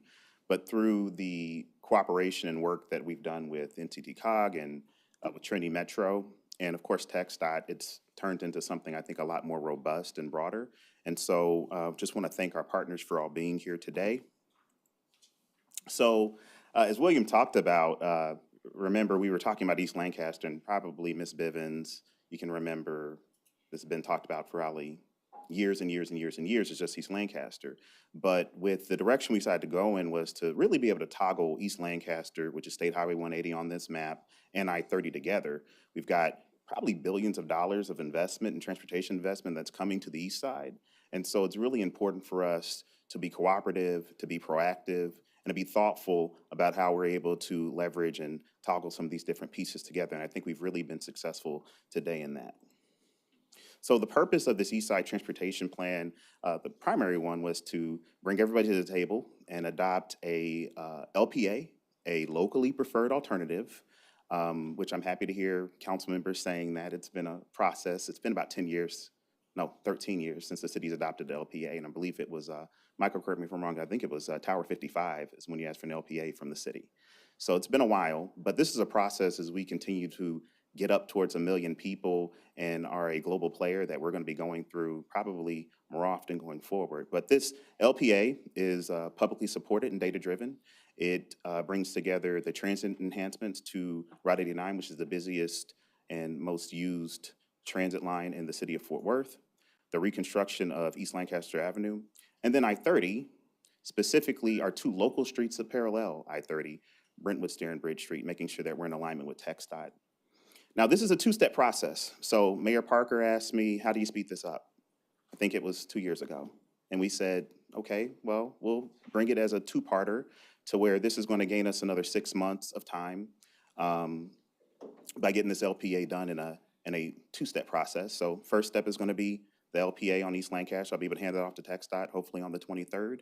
And then we're going to continue working with community on concept plan development adoption. That's where we're going to look at some of the technological factors, looking at form-based code and zoning and thoroughfare plan amendments, as well as economic development catalytic projects and incentives to go along with in the project list. So it's an implementation plan. It's not just some of the planning factors and pretty pictures. It's going to be real implementation. And that step 2 is really going to let us leverage these transportation investments that are going on in the area. There's no point in rebuilding a road to a world-class standard, not having the zoning and the policy that goes along with it. So this is just a quick definition of an LPA. It's really a recommendation that we're going to be able to hand over to our local partners, specifically TxDOT and Trinity Metro, for them to go forth and develop through their federal processes, further develop their projects, the transit component and the roadway component. And so this is a really important step to make that official. So this was a One Fort Worth effort and will continue to be a One Fort Worth effort. We've had participation from many of the departments around the city. We wouldn't have been able to do the public outreach the way we did it if we didn't have environmental services with the survey QR codes at the environmental collection centers. We made it easier for folks to be engaged in civic processes, such as Amy Conley showing up with her neighborhood survey. And I could keep going on and on. I don't want to turn this into an Oscar speech, but it's really been a One Fort Worth effort, and it's going to be a One Fort Worth effort going forward to make this as robust as possible. Fort Worth, City of Fort Worth, TPW was the lead department on this. We brought the different partners together with COG, who's our funder. They get things programmed for us. TxDOT's going to be the owner of both those big corridors in the area, and then of course Trinity Metro's running the transit, which is they're definitely a major component of this project. Stakeholder Advisory Committee was made up of about 16 or so different entities, which included people from Tarrant County. We had Blue Zones involved, East Fort Worth Business Association, social services, and a whole host of people. The study partners met once a month, so you all know that. And then the Stakeholder Advisory Committee met about 4 times over the last, let's say about a year or so at key crossroads. This builds off of past plans and studies, and as you all know, there's been plenty of studies done on East Lancaster. This is going to be the final decision on that, bringing all these different pieces together, as well as new information to the table and robust outreach based on, really also we have to think about a post-COVID world on this as well, and so that's going to be really important to the development of this LPA and the eventual adoption. And we've already had some great wins. With the work with COG and our study partners, we've been able to get an additional $20 million grant for East Lancaster, which is filling in that funding gap, as William talked about. You're talking about $180 to $200 million potential project in the grand scheme of things. But we've also, in this broader East Side area, got a $3 million towards Rosedale for the Juneteenth Museum. We've also got Texas Innovation Alliance Award that we won with COG that'll help develop a SMART grant later on. And then, of course, an Oakland Miller State Streets project through COG and the Stop 6 improvements that are focused on Calvo Place. So the East Lancaster funding picture and profile will, right now, we're pretty much on our way to this corridor being fully funded. We just need one more UTP cycle to get the last little tranche of funding in there. But Lancaster from Pine Street on down to 820 is looking like it's fully funded, which is awesome. Path forward for this, once we get the LPA over to TxDOT, NCT COG and TxDOT will begin the environmental work, finishing the funding work. TxDOT expects to wrap up their environmental clearance sometime in 2027 with construction to begin after that. That's actually kind of a good thing because that keeps us from having a road torn up. That's going to be a major conduit to Arlington when we're in the middle of World Cup. So it actually works out for us pretty well. And then the anticipated construction completion date would be 2029. On I-30, we've NCT COG will be getting the high-speed rail environmentally cleared this year, and then they're going to be starting their formal study from I-35 down to Cooper Street this summer, and environmental clearance would be in 2027 is what we're expecting. So to date, we've got really had really amazing public outreach. Over 750 surveys were turned back to us through iPads, through online, through paper surveys. We had English and Spanish available. We even had help getting surveys back in Vietnamese at the temple there on Rosedale. And And so really robust outreach throughout this process. This map gives you an idea of where we heard from people. The darker the color, the more folks we heard from in that area. But we heard from every corner of the study area. Thus far, we've conducted 2 rounds of outreach. There'll be a total of 3 rounds of outreach. The first 2 rounds, we had three public meetings, in addition to the second round where we had 3 public meetings as well. And those stars represent where we had those meetings. Really good attendance at each of those. The final round of outreach will coincide with the concept plan, the zoning, and the urban design elements. And so we expect to start those sometime in spring.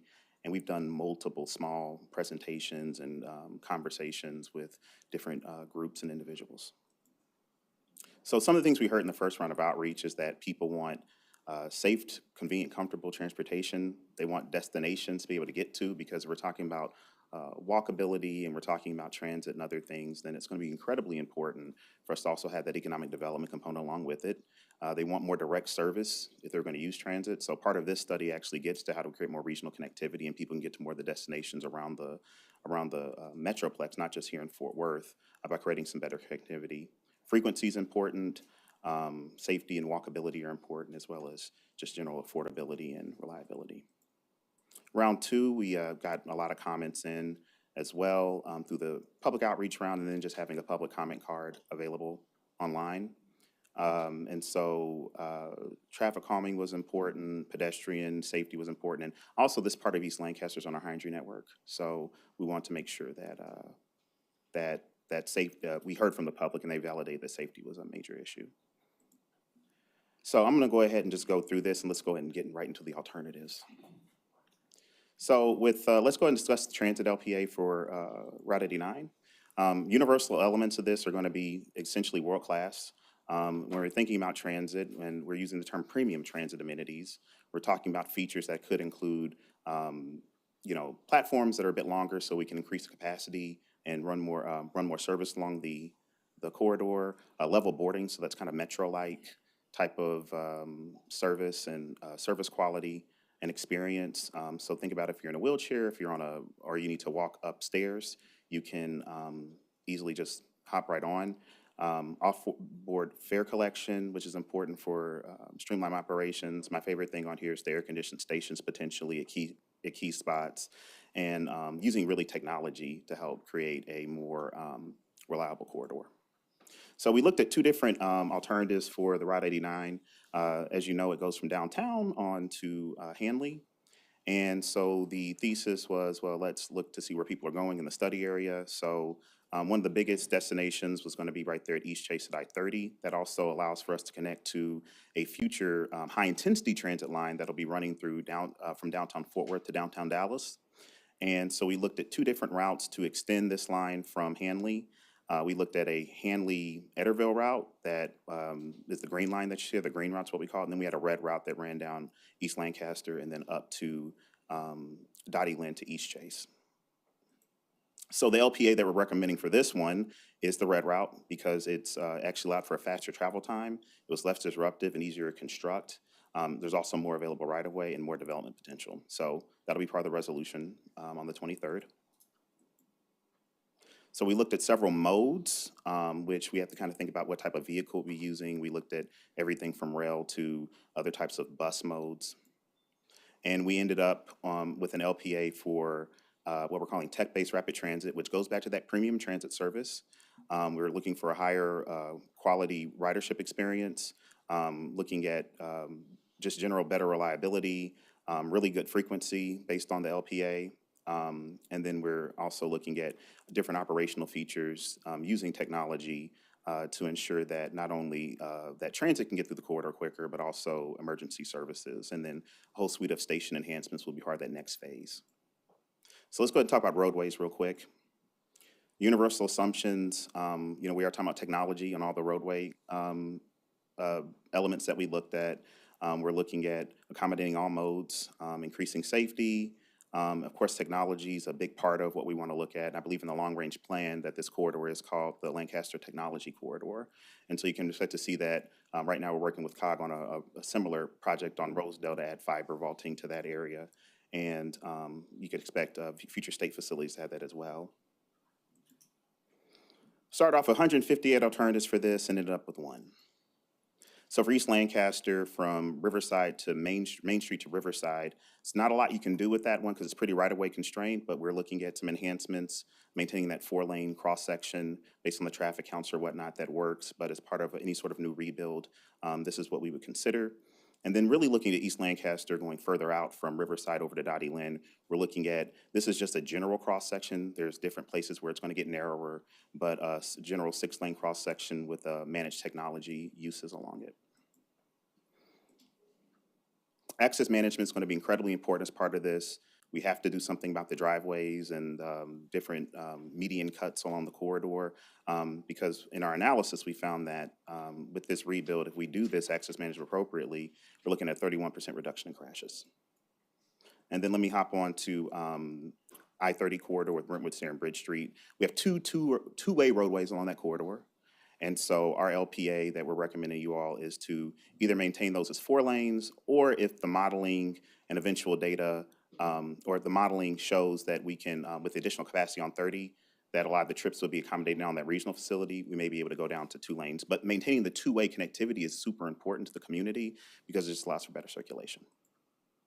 So the next step will be January 23rd. Council's going to adopt their LPA, the LPA with a resolution with a suite of requested environmental commitments from TxDOT. That's where we're going to document a lot of the public comment as part of that, and we'll be able to hand that over to TxDOT. And then this winter into spring, we'll be able to have some solutions workshops around the economic development and zoning.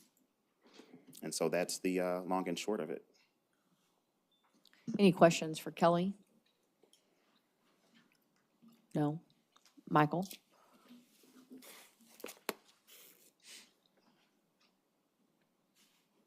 Michael Morris, Director of Transportation at the North Central Texas Council of Governments. Mayor, City Managers, Mr. City Manager, it's nice to be with you. Time to put on your jogging shoes because we're moving, hopefully with the action of your City Council, moving very quickly in an integrated partnership between TxDOT, Trinity Metro, our office, and your city. Mayor Pro Tem, she's only your Mayor Pro Tem, she is actually my chairperson, asked me to just tell you or remind the audience, Tower 55 is probably the largest east-west, north-south crossing of freight trains west of the Mississippi, and it's all in your downtown area. So a shout out goes out to Trinity Metro. 20 years or so ago, we asked Trinity Metro to fund engineering of a freight project, which they did for us because we thought we'd win a major funding competition we had. We won that competition. Improvements have gone in. We had school children crossing stopped trains, if you remember, at Tower 55. And that has tremendously helped the north, south, east, west movement of freight trains in our particular region. 7 points I want to make quickly. Ricardo is here from TxDOT. He's going to be leading the environmental for the Interstate 30 reconstruction from downtown all the way out to Cooper Street. It's a major transportation project being slotted at the same time as our focus on East Lancaster. It's important for the community to know regional trips, let's move them to the regional facility, and let's do something really cool and different on East Lancaster.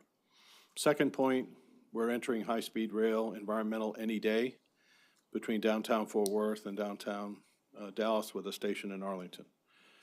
Once you enter that environmental phase, we're there for a year or less. So we hope to be environmentally cleared. If we can go in tomorrow, we'll be environmentally cleared a year from now. We just won the corridor ID program for high-speed rail, so we now qualify for federal funding for the implementation of high-speed rail. That high-speed rail, thank you to Ricardo, is being toggled with the freeway design. So does the main right-of-way go to high-speed rail and we'll have a serpentine freeway, or do we keep the freeway where it is and then high-speed rail will respond to where the freeway wishes to go? It's a really nice opportunity. Third, East Lancaster. You've inherited a roadway that literally was the Bankhead Highway that went from the White House to California, happened to go on East Lancaster. It's time for the function of that roadway to be modernized and to focus on the humans that live on that corridor. So yes, I'm looked at as a transportation person. East Lancaster is a human endeavor. It is to engage with economic development. The one item I'm going to request in your resolution is all hands in the city of Fort Worth be a partner with us on East Lancaster to bring an economic development, vitality, focus on the human spirit, to use transportation revenue to build a brand-new East Lancaster, to basically create a grassroots opportunity for the public and private sector to build jobs and create a future for East Lancaster that you could not do without a new transportation project. Number 4, this is all about technology. The Regional Transportation Council is claiming, correctly so, equal access to the internet is a transportation mode and should be able to be implemented and funded with your transportation revenue. Equal access to medicine, equal access to job interviews, elimination of food deserts, equal access to education. Broadband being integrated in Ricardo's corridor in a utility vault so we can implement both technology for next generation traffic signals, but bring broadband to every single home is a critical component of this thinking outside the box of what a transportation project should do. The 5th is, for the first time when we did Rosedale 20 years ago, Rosedale was the first transportation project we implemented that had nothing to do with transportation. It had everything to do with creating a new opportunity for the residents along Rosedale. I'm proud of how Texas Wesleyan University has turned around. I've stood here 10 times. My job is done when people root for Texas Wesleyan University in this town as much as they root for TCU. And there's tremendous improvement at Texas Wesleyan. We did the Sustainable Development Project on the south side of that campus. We have left to the private sector to respond to Rosedale. In this particular case, we are not going to leave it to the hands of just the private sector. We wish to keep an active role as a public sector entity, and therefore I need all hands in Fort Worth to help me as public sector hands in thinking about how we make sure there's no redlining by the banks, how we bring in development corporations, how we call on our friends to make private sector investments to help create a job housing balance within the community. So the transit system doesn't have to work as hard in creating access to jobs for people that live in that community when there's not a lot of jobs in that community. I do need that one Fort Worth, and I just want to end, Mayor and Council, you've been very patient and very supportive of our efforts. Your support for Kelly on East Lancaster, your support for transit, our office, TxDOT, we thank you. It is not unnoticed. And it has been difficult for us to be on this glide slope. Every year, we're putting $20 to $30 million into East Lancaster at the Regional Transportation Council.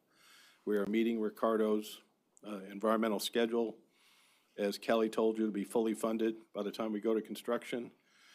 But it's been difficult for a chairperson who represents Fort Worth. It's been difficult for her to see us bring these particular items to the Regional Transportation Council, where it doesn't look like my chairperson is whispering to me that East Lancaster is important. We've been on a 5-year glide slope in funding this project for a long period of time. So I respectfully request your support at the full council. I specifically request an item in the resolution that says the departments of the city of Fort Worth will work with transportation to build potentially something that's never been built before, because we're going to use not just the transportation tools, not just the TxDOT tools, not just the RTC tools. We're going to use housing and economic development and finance and development corporations to do what we hope has never been done, and to finish the job we started on Rosedale, taking it now to East Lancaster. I welcome Ricardo and Richard if you have any comments you wish to add, since we're all partners in this particular vision.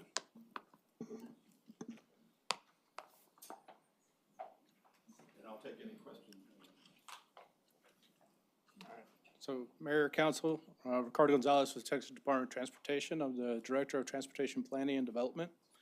So again, I just wanted to kind of come in and kind of encourage the participation that we had here on the corridor development plan. So again, it was a great opportunity for us to kind of get that feedback and kind of get that public involvement started early. So that was a great opportunity for us to kind of get that vision and everything else that was incorporated. Again, this is a long time coming.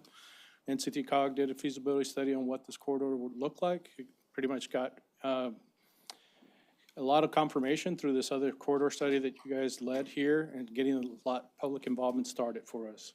So again, all this is really to kind of help guide us in what we're moving forward with, making sure that we're implementing this high-tech technology corridor, one of the first that we're trying to implement here. And again, great vision that what we're trying to get done, right? Fiber network, everything else, what are the backbones that we need to get done? But again, your encouragement on trying to make sure that we have that support, right? And again, continue working with NCT COG, Trinity Metro, trying to make sure that we have this corridor that meets all the goals of what we're trying to accomplish here. Again, on behalf of TxDOT, we did appreciate being part of it, and we want to continue that support on other venues or other aspects along the city to try to continue that proactive approach and identifying a lot of this stuff before we get into the environmental studies. So again, just wanted to kind of continue that. Thank you very much for letting us participate and being part of it. But again, please let us be part of it in the future. Rich. Thank you, Ricardo. Mr. Andreski? All right. Mayor Parker, City Council, David, thanks for letting us share a little bit of our vision with you. I'll tell you, I've been in front of you a number of times, and I'll say that you've heard me talk about the value of transit and why we invest in transit, and this is a case in point. So last year, we carried 6.8 million people on the Trinity Metro system throughout Fort Worth and beyond. 850,000 of those riders were on the East Lancaster corridor, and specifically the 89 bus route. So that's extraordinary when we think about, a high-performing first-class transit system. We have a route here that is knocking out the lights, but there's a lot more we can do here. People use transit for a number of reasons. We invest in transit because we uplift, we give people a hand up in terms of opportunity, access to employment, educational opportunity, mobility. Importantly, though, you heard about economic investment. So what we hope to accomplish with this project is better community connectivity. The 89 bus route right now is doing really well, but better connections to neighborhoods, to residents that live in this corridor is essential. Not necessarily the safest corridor right now in terms of pedestrian access and crossing Lancaster, particularly in evenings. We hope that will be improved. Last mile connectivity as well. So better sidewalk connections, bike sharing programs expanding into this community. It is a significant step forward in the investment in public transportation, and we're happy to be partners in it. So thank you. Any questions for Rich or anybody else? No? So I don't want to miss that this is a huge deal. I know maybe it seems a little wonky on paper. I know how hard the people have worked up to this point, especially when I think Kelly. Where'd you go, Kelly, in your bow tie? You look very nice today. And you minimized your sarcasm. I'm shocked today. But you've worked really hard to wrangle the cats on behalf of the city of Fort Worth, and we're really excited to get started. There's a tremendous amount of interest, as there should be, from the residents of East Lancaster, the individuals who spent decades really advocating for their community. And I think that this plan really encompasses all of their hopes and dreams for East Lancaster, at the same time really focused on the transportation issues that we do face in different pieces of the corridor. One question I wanted addressed here, and whether it's Kelly or whomever else, is specifically around Hanley and that district area, because there's been a lot of questions and concern. I appreciated the executive summary you provided to me, and those assuaged any concerns that I had, but if not publicly talk about that Hanley area and how to protect that historic district and make sure it continues to thrive for the businesses there. Yeah, so with the LPA, it's a recommendation. And so it's going to be up to TxDOT at the end of the day to decide what happens on that corridor. And Ricardo's here, so he's taking notes, so this is good. Yes, and so working with COG, they do long-range modeling. And so in that out year, that section east of 820 has a deteriorating level of service. So all the LPA is doing is saying, TxDOT, you can look at the different suite of options, but we're going to hand you over this public comment. We're also going to hand you over a resolution with a certain suite of environmental commitments that we're going to request. And so we went out there about a month ago and met with all the wedding district owners. And I can't tell, Mayor Pro Tem when you say that it's really a phenomenal district, it really, really is something special out there. And so we met with them, walked the corridor, provided some feedback on how this process was going to go and how they can be included in this, and that we're here to really serve, and that means to be that conduit between TxDOT and COG. And what we found is that, there's different suite of design solutions. It's all about good design. And so there's a suite of design solutions that are going to have to be considered in TxDOT's process to ensure that the development happens on the south side of that corridor between the roadway and the railroad, such as per the urban village, that people want the walkable design, they want safety, they want the traffic to be slowed down, they want the beautification, they want to maintain their historic character. And it goes back to Michael's point of making this more of a two-place than a through place.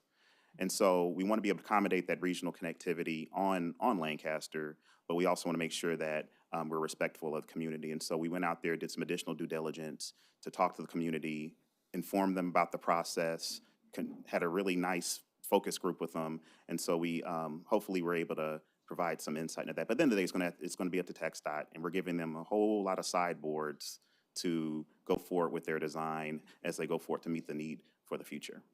Thank you, Kelly. Michael? Mayor, I just add that I live in a world where I focus on getting something built, and then I work backwards to do all the steps necessary to get it implemented. My encouragement would be for you as a council to just take your action, have confidence in us that we'll sort out those particular details. I really need to bifurcate these two issues. I'm laser focused on high-speed rail, Interstate 30, and East Lancaster from 820 to downtown. The elements east of 820 don't have $150 million sitting in the bank ready to go to construction. So give us the ball with TxDOT. We'll figure out, working with the community, what is the best path forward. I believe we're bringing better balance to both transportation as a throughput, and as Kelly just mentioned, land use from downtown, including Hanley, destination places. And you gotta be very careful that you don't speed up traffic too much when you're trying to create destination. And you don't want to speed up traffic if you're going to move to greater illumination, advanced traffic signals, and safety and crosswalks. So instead of jumping into the weeds on the subject right now, my suggestion would be to support the document moving forward. We'll create two teams. We'll create a laser focus 820 and in, and then the mobility plan team will take up what is the future of East Lancaster with Ricardo and the community to see what should be put in the next mobility plan. If something can be expedited with consensus out there, we're more than happy to do it. But I wouldn't get too wrapped around the axle, because the decision east of 820 time-wise is further out in time, and the decision on 820 to the west is much more critical and much more timely. Oh, to be clear, I'm not wrapped around the axle. I'm fully confident. I think there's just been a lot of miscommunication in the public realm. So those comments were perfect, and I think that will demonstrate why this council will fully support the LPA in a public vote. Councilmember Bivens. Thank you, Mayor. Thank you, Kelly. Thank you, Michael. Thank you, Richard and Ricardo, everybody. I first met Michael in 1999, right before Y2K, when I was put on the T board, which was called the Executive Committee at the time. And I can tell you, ever since then, I see Ann Zeta back there. Hi, Ann. I can tell you, ever since then, Michael has scored 100 every time through the years. We are blessed to have his expertise and his commitment. But I want to tell you a little bit about Handley. There was a guy named Bob Dollar, and Bob and his wife, Frances, owned Bob Dollar Antique Store. And this is where the town was, because Handley is a former municipality in its own right. And so there was a beauty shop in the strip shopping center now, and they were complaining about Bob Dollar's customers taking up all the parking. So he bought the whole strip. And that could happen back then. And Bob became a fan of public transportation when we had John Bartosewicz as the CEO at the time. But ever since then, the plans to improve public transportation on the east side have been tried, proven, and true and effective. We changed through the years as we knew how to. I will tell you, when you look at the way people are thinking these days, Michael actually has people looking at transportation as economic development, as broadband. You need transportation to go to work, but you really don't have to go to a building to go to work, but you do need broadband. And so there are just different ways to think about how this LPA is going to serve not just the community. You have to go beyond the community. You have to know how all of this ties into the big picture of transportation. TxDOT is building stuff all over the state. If you live in the area, you've seen transportation work on 820. I can tell you they have been very receptive to every comment and concern people had when they first met with us at Dunbar High School. And at Dunbar High School, Mayor, I had an argument with Charleston White, and police had to pull us apart. Never will forget that. But the East Side is a very unique community. And it was pretty rough. Yeah, I know, not as bad as you. But I support this plan, and we have RTC members on this council who serve with me on the RTC and would do no harm to Fort Worth. And so just know that that's where I stand with this LPA, and I know we'll be going in the right direction. That's all I have to say. Thank you, Gina. Anybody else? Council members, questions? No? Great presentation. We appreciate all of you. Thank you. Thank you. Council, our next presentation is on Business Equity Program. Fernando Costa is going to kick us off. Scott Bennett, you could have had a seat, you know. You stood the whole time. He didn't hear me now. You did offer him? Okay, he decided to stand.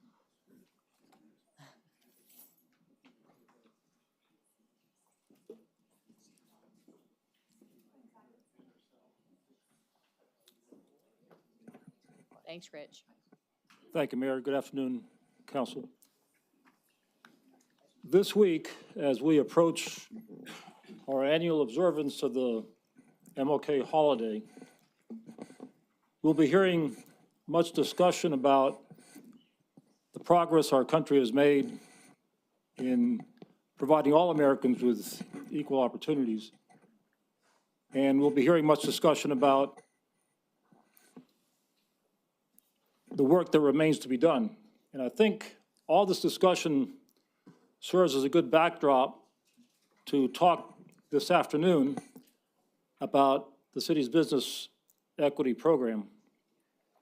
We're happy to have with us several of our partners who have agreed to say a few words about their participation in this important program, which has actually been in operation for even longer than we've been observing the MLK holiday. It has a rich history, and we'd like to touch upon it. I'd like to begin by discussing the general purpose of the Business Equity Program, reviewing the legal basis at a very high level. We have excellent lawyers here who can advise you in any detail. Talk about a brief history of the program, and finally describe how we administer it in the Diversity and Inclusion Department. I'd like to call on Christina Brooks, Director of Diversity and Inclusion, then to talk about trends and issues with data about our program, and then to begin discussing a series of strategies by which we are seeking to improve the Business Equity Program, starting with the ordinance that underlies the program and the Business Equity Division of Diversity and Inclusion. And then we'd like to call upon our partners. I don't know whether Ms. Posey will be able to stay long enough. If she can, good. She'll be able to talk about our Business Equity Advisory Board, followed by our friend Michelle Green-Ford to talk about the work with the Black Chamber, Annette Lenderos about the Hispanic Chamber, and then Scott Bennett, our friend from Beck Construction, to talk about the Beck School of Construction, which has been a big success and a big part of our efforts to expand the capacity of small businesses in Fort Worth. And then we'd like to wrap it up with Christina describing the other strategies by which we're seeking to improve the program. When we use the term equity, we're generally talking about how we deliver services in response to needs. And I think the data will show us that the needs of underrepresented businesses in Fort Worth are significant and worthy of our attention. So the purpose of the Business Equity Program is to promote our economic development by supporting the growth and stability of underrepresented small businesses in the city's marketplace, not just within the city limits, but within a broader marketplace serving Fort Worth. And we do it in three ways: by managing compliance with our business equity ordinance, by building the capacity of local business equity firms, and by encouraging the growth and stability of those firms in cooperation with local chambers and other advocacy partners. Now, we don't have enough time this afternoon to cover the legal basis for the business equity program in any depth. If we wanted to, we could go all the way back to the 19th century and a series of Supreme Court decisions and legislative actions by the U.S. Congress, all the way into the mid-20th century. We can talk about the so-called affirmative action era, the affirmative action era when legislation was enacted to provide assistance to underrepresented businesses. But I think it would be best to focus on a specific Supreme Court decision about which we need to be mindful as we talk about how far we can go and in what ways we can go to advance small businesses in Fort Worth. And that's known as City of Richmond versus Croson Company, a 1989 decision that established national standards for local business equity programs. It was a decision about a case in the city of Richmond in which Richmond had a very aggressive business equity program, and the court found that they had actually gone too far. They had not adequately established the basis for such an aggressive program. And so in that decision, the court established the framework within which cities may pursue business equity programs. And that decision established the need for what are known as availability and disparity studies. These are studies that are conducted periodically to establish the need for business equity programs in any community. And I think it's worthwhile to cite a quote from that Supreme Court decision where there's a significant statistical disparity, keyword disparity, between the number of qualified minority contractors willing and able to perform a particular service, if we have those companies in Fort Worth, and the number of such contractors actually engaged by the locality or the locality's prime contractors, an inference of discriminatory exclusion could arise. So you could make the case that there is discrimination occurring if there's a mismatch between the availability of these companies and the use of these companies. There could be an inference. And that was a key provision of the Croson decision. And so they established a principle of strict scrutiny that has two elements: a compelling governmental interest and a narrowly tailored remedy. Address the needs only as far as necessary to meet that need, but no farther. So that's what the law says. That's a law under which we operate. And so we go as far as we can, but no farther toward advancing those interests. And so again, I could go back in time with considerable detail. You don't have time for that. I think it's important to note that this business equity program, by whatever name, goes back as far as 1978 in Fort Worth, when the City Council established the first MBE program for federal transportation grants. Way back then, the transit system, which is now Trinity Metro, was run by the city of Fort Worth before we separated the Fort Worth Transportation Authority from the city's Transportation and Public Works Department. And back then, we were receiving grants from an agency known as the Urban Mass Transportation Administration, UMTA, which is now the Federal Transit Administration. And the council wanted to establish procedures under which we could help minority businesses to take advantage of the UMTA grants for improvements. And so that's when the council first established the MBE program. That's when downtown was starting the process of revitalization, and the MBE program was a part of it. 2 years later, in 1980, we added women business enterprises to the program. And in 1985, we established the first disadvantaged business office within the staff of city government, beginning the monitoring of MBE and WBE expenditures. We actually started tracking those expenditures for the first time back in 1985. You can see then that in 1986, a council proposal brought forth by several council members and approved by the full council began including MBE and WBE requirements in bid documents. And the initial goals were set at modest levels, 12% for minority business enterprises and only 3% for women business enterprises. And then we established an advisory committee. We have an advisory board today, which we'll discuss in a moment. And we produced the first disparity study back in 1993, using a 9-county marketplace as the geographic scope of that study. We established a MWE program in 1995 in compliance with the Croson standards. And then fast forward 2009, the next disparity study, actually sponsored by COG on behalf of multiple agencies in the region. We updated the program, actually created 4 programs looking at different aspects of underrepresented businesses.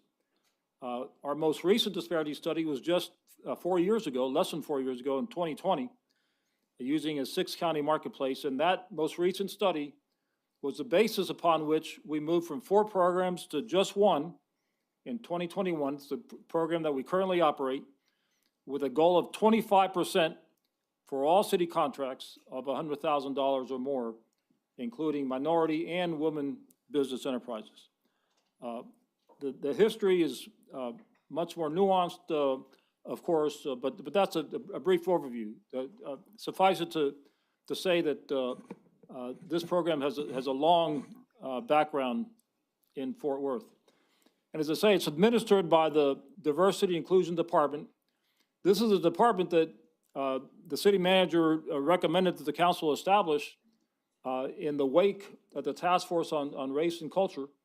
And it has become an integral part of city government in Fort Worth. It has, as you can see, 3 major divisions. Business equity is one of the 3 big divisions in diversity and inclusion. And that division is led by Gwen Wilson, who is our point person for the management of this program. And she has a small staff that participates in that process with support from the Business Equity Advisory Board, comprised of experts on small business development. The Diversity and Inclusion Department has a modest budget, about $2.5 million.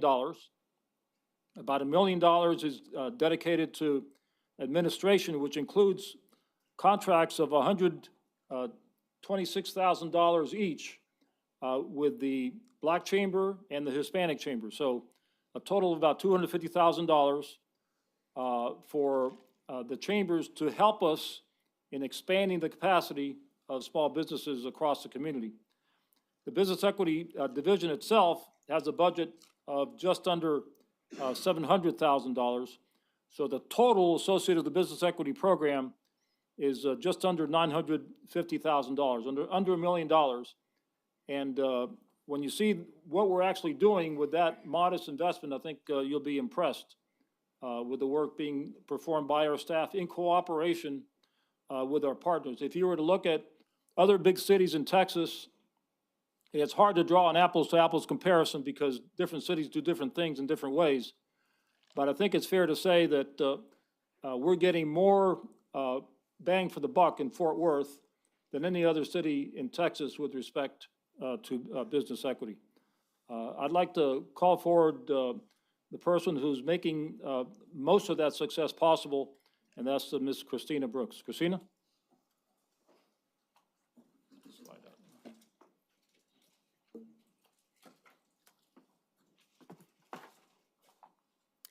All right, thank you, Fernando, for that overview, Mayor and Council.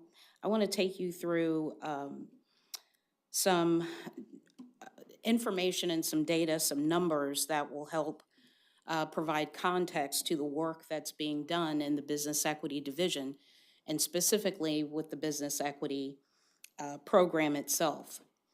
So can I get it to move here? You have to use the arrows. Or your remote. This one? Yes. All right, okay, we're in business. All right, so in alignment with what Fernando just explained, out of the Croson, Supreme Court Croson decision, there are two key elements that are required to run a compliant program, and that is establishing a compelling governmental interest for establishing the program. And number two is narrowly tailoring our program to address specific disparities that we identified. So as part of what we do is we commissioned a disparity study in 2020, and they conducted research over, usually disparity studies look at data, purchasing data in a 3 to 5 year cycle. And they look at all of the numbers that we've awarded and mainly what we've spent as a city. And then they disaggregate that information and divide that by racialized groups for contractors. And so when we talk about what is available in our marketplace, this is what the disparity study identified using aggregated weighted availability for city contracts. So for Black contractors, there is an availability in our marketplace, and that includes that 6-county geographic location with a little asterisk, and I'll get into that. For Hispanic, it's 9.2, Asian is 1.7, 0.7% for Native American, 6.9 for white women.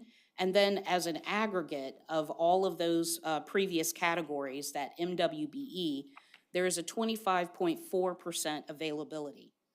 Non-MWBE availability is about 74.6%, and that's where you see the total there.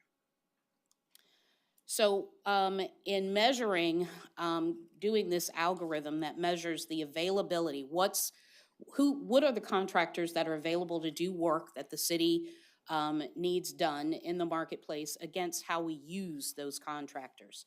That's what we're talking about when we say what is the utilization in the marketplace. And so we define that disparity ratio by calculating the city's utilization of MWBEs as prime contractors and subcontractors against the availability of these firms in the market. And they come up with this ratio that you see depicted here. So basically, anything that is below that 90% threshold means that it's statistically significant. Anything that falls below 80 is substantially significant. And so you'll see that those, there are two categories that are actually bolded there.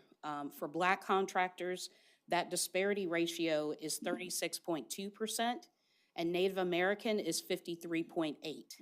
Now, what I will say about Native American category, it is a very, very small number. And so it doesn't, there isn't a lot of availability for Native American firms, but that number does show that there is a great disparity. What you'll also notice is that for Hispanic, Asian, and white women, those numbers are over 100, that 100% threshold. And so as part of the disparity study, when those numbers were calculated, they had to dive a little deeper to get a better understanding of what that means. And so what they found in that research is that specifically for Hispanic firms, their utilization was really specific to less than 5 contractors that were making up that number for the whole city.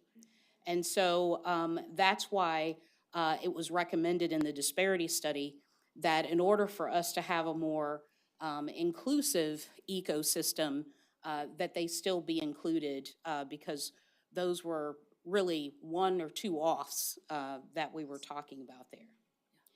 So this next slide I want to show you is looking at the city's use of primes.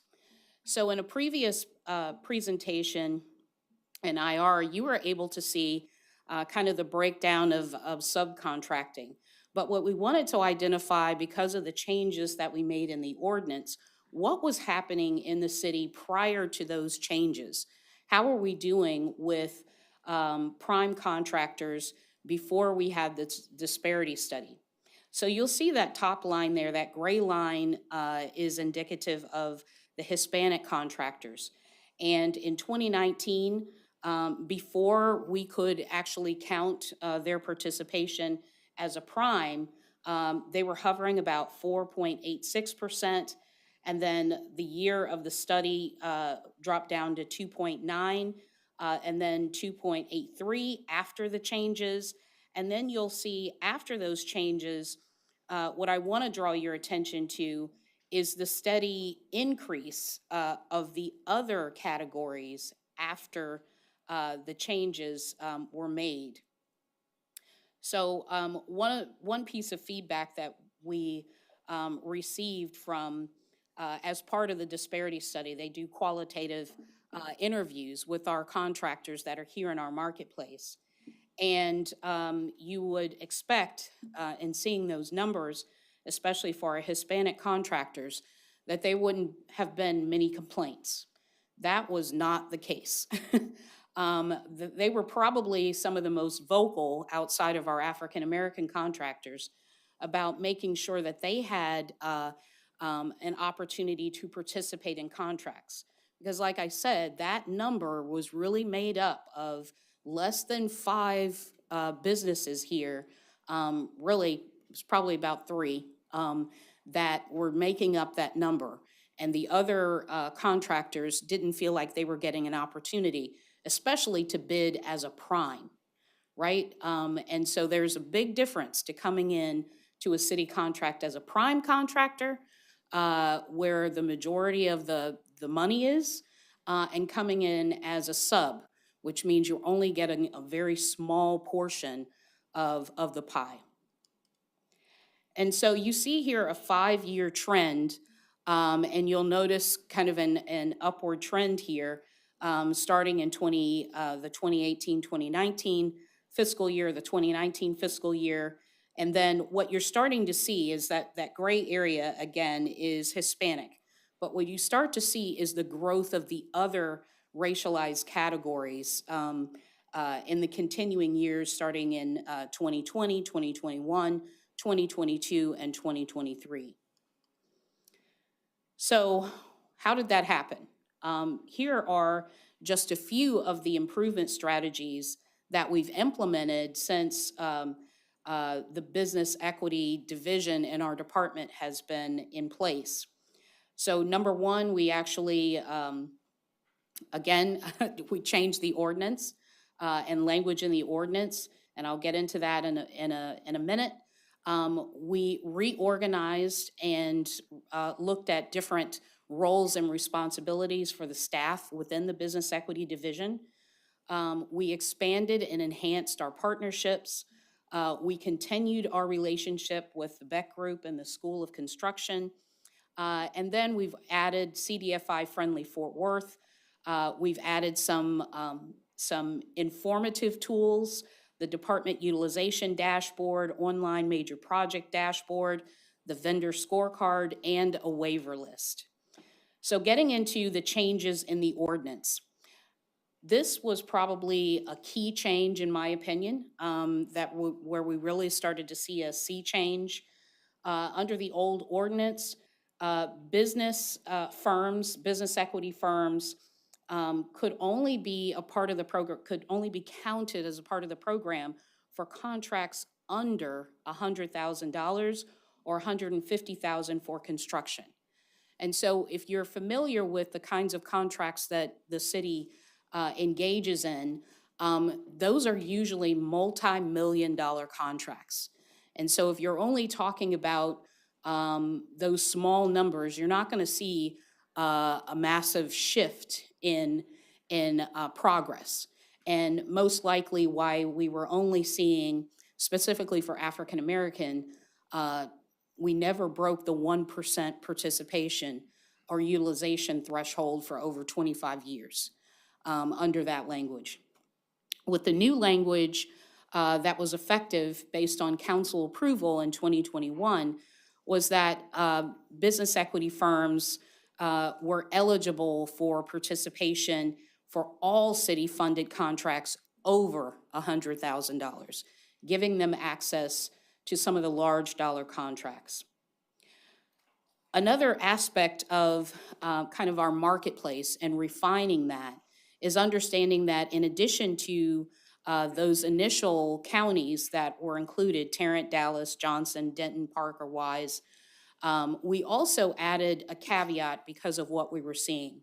We added the significant business presence language, which means that the business would either have to have their principal place of business located within our marketplace, or its principal place of business may be located outside the marketplace, but is verified to be in existence for at least 2 years and have at least 20% of their workforce based here in our marketplace.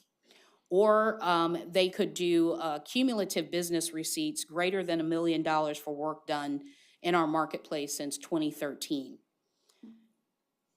The next change, language change in the ordinance was moving to those specialized categories of construction professional services for MBE only, and specifically professional services only MBE African American. And then professional services for small businesses and all goods and services. We moved to just say, this is going to apply to all contracts with an annual goal based on the number that was established in the disparity study. And then if we looked at the disaggregated business equity availability and goals, that would actually break down to 7% or 6.6, we're rounding up here, 7% for African American firms, 9% for Hispanic, 2% for Asian, 1% for Native, and 7% for Caucasian women. The other change is in the old ordinance, we were looking at, partly because of the previous language that we just discussed, looking at contracts over $50,000 and above. But with that language change that we just mentioned, now we're looking at contracts over $100,000 where city funds are used, just to align with what would come before you as council.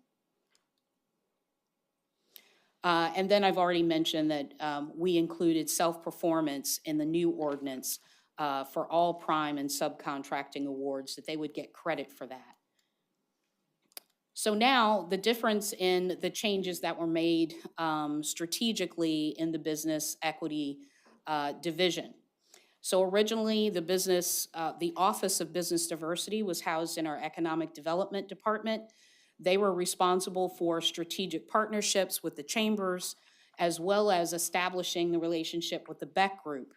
The staff within the Office of Business Diversity really focused in on contract compliance and managing those partnerships. In the move over to diversity and inclusion, we expanded those strategic partnerships with those metrics and updated position descriptions, looking at a more proactive role for staff within the division, and also being proactive in capacity building and data and outcome-driven partnerships. So some of those partnerships are here with us today. And I'd like to invite Margot Posey, who is chair of our Business Equity Advisory Board, to talk through the importance of our Business Equity Advisory Board and how they assist in the business equity program administration and support. Christina, as you're doing that, I'm assuming it's just a typo. All of these say effective January 1st, 2021. On slides. And that's what I printed, so maybe you've updated it, but I think it was also 2021 on the slides. If you go back to all your charts, keep going back, 2021, 2021. It's 2024, Oh, correct? effective. Oh, so that is when it went into effect. Okay. So the ordinance was actually, you So you're not approved it in presenting anything 2020? new today. These are I'm all- sorry? You're not presenting anything new today. These are 3 years old. Those changes were adopted January 1st and went into effect January 1st, 2021. Okay. Got it. How do I get to the next slide? Push this button right there. This one? Okay. Thank you, Christina. I am Margot Posey, President and CEO of the Dallas-Fort Worth Minority Supplier Development Council. We just celebrated our 50th anniversary. We certify ethnic minority-owned businesses. We're considered the gold standard of certification by corporate America across the country. We provide development services to minority businesses as well as to supply chain individuals. We connect corporations and public sector agencies with minority-owned businesses, and we advocate on behalf of MBEs as well as those entities that believe and promote economic and diverse inclusion. I also operate I also operate the Department of Commerce's Minority Business Development Agency Business Center for all of North Texas. And I am delighted to have been elected as the chair of the Business Equity Board. The delight comes from the fact that I believe that the city of Fort Worth did something unusual with establishing an equity board. And not good at that. Oh, and I mentioned the Department of Commerce. We operate that as well. And I would tell you that in 2023, we were able to get $43 million into the hands of our MBE stakeholders from an access to capital standpoint, and we assisted in over $63 million in procurement contracts to those stakeholders. But let's talk about the Business Equity Advisory Board and why I think it's so important and unique. It's unique and important because it is the one place that brings together the voice of the city of Fort Worth. As you can see on the slide there, some of the organizations that participate. And when I say they participate, they give ideas, they give input to the Business Equity Division. And we don't always agree, but we're not there to agree. We're there to help and support the city of Fort Worth. And I think that we've done a pretty good job of that. There's always work to be done. Okay, there's always more work to be done. And I want to also just commend the city in their selection of Ms. Brooks, because leadership really is everything. It really is. I mean, and what Ms. Brooks and her team have done is, I think, put the city on track and be very significant and in a special place. You are a much different organization, and your utilization is much different than it was before you incorporated the new ordinances in 2021. And I think that everyone on the advisory board would actually agree to that. And so as you look to the future, I think that it's one of the things that will help our community, help the city as we grow minority business inclusion. And why is minority business inclusion so important? Because it lifts everyone. It's about economic impact. It's about economic wealth. It's about the survival of all of us. So with that, again, I appreciate the opportunity to serve the city in the role of chair. I retired on December 31st. It was a sad retirement. I'm sorry to leave. I'll still serve on the committee, but we have great leadership that will be replacing me, and I know that this group will continue to do what's best for both the city as well as our MBEs and all stakeholders. Okay. Thank you. Now we'd like to hear from our other key partner in Business Equity Program, the president and the turnaround queen for the Fort Worth Metropolitan Black Chamber of Commerce, Michelle Greenford. Thank you. Thank you, Christina. Mayor and Council, good afternoon, and I thank you for taking the few moments to listen to me. I am amazed at the amount of information that you have to go through every time I come. So I will make sure that I share what I need to share quickly, but I am excited to come before you this afternoon just to give you a brief update. Fort Worth Metropolitan Black Chamber was formed in 1979 with one goal in mind, that was to increase economic development and business development in the city and to create wealth in the city and to link arms with a community together so we could build this great city that we live in. And that's still the goal. So what I have today is quick. I want to give you just a quick update. I want to tell you the great things, what's working, and then Fernando told me, and then give us a little bit about how what else we could do. So I'll tell you what Michelle's dreaming about at the end, okay? Just a couple things. One of the major things that happened this year, many of you know this, is that we renamed the Business Assistance Center to the DeVoy Jennings Business Assistance Center. This is significant. DeVoy Jennings was the president of the chamber for 31 years, a significant impact. And I just want to thank the city for partnering with us to come out and celebrate that milestone. We stand on the shoulders of giants, and we take that very serious. So thankful for the city and that participation. Some other things that we're doing. You'll see us working throughout the city when we're looking at specific areas. We're focusing on education, we're focusing on collaboration, we're focusing on better preparing our members. So you'll see us looking at all areas of the city, whether it's economic development, so we can become better aware of projects coming beforehand, so we can equip, we can give information, and we can make sure people are competitive to do the work they need to do. So those are some of our staff members. You guys don't know, William Johnson's our Director of Economic Development.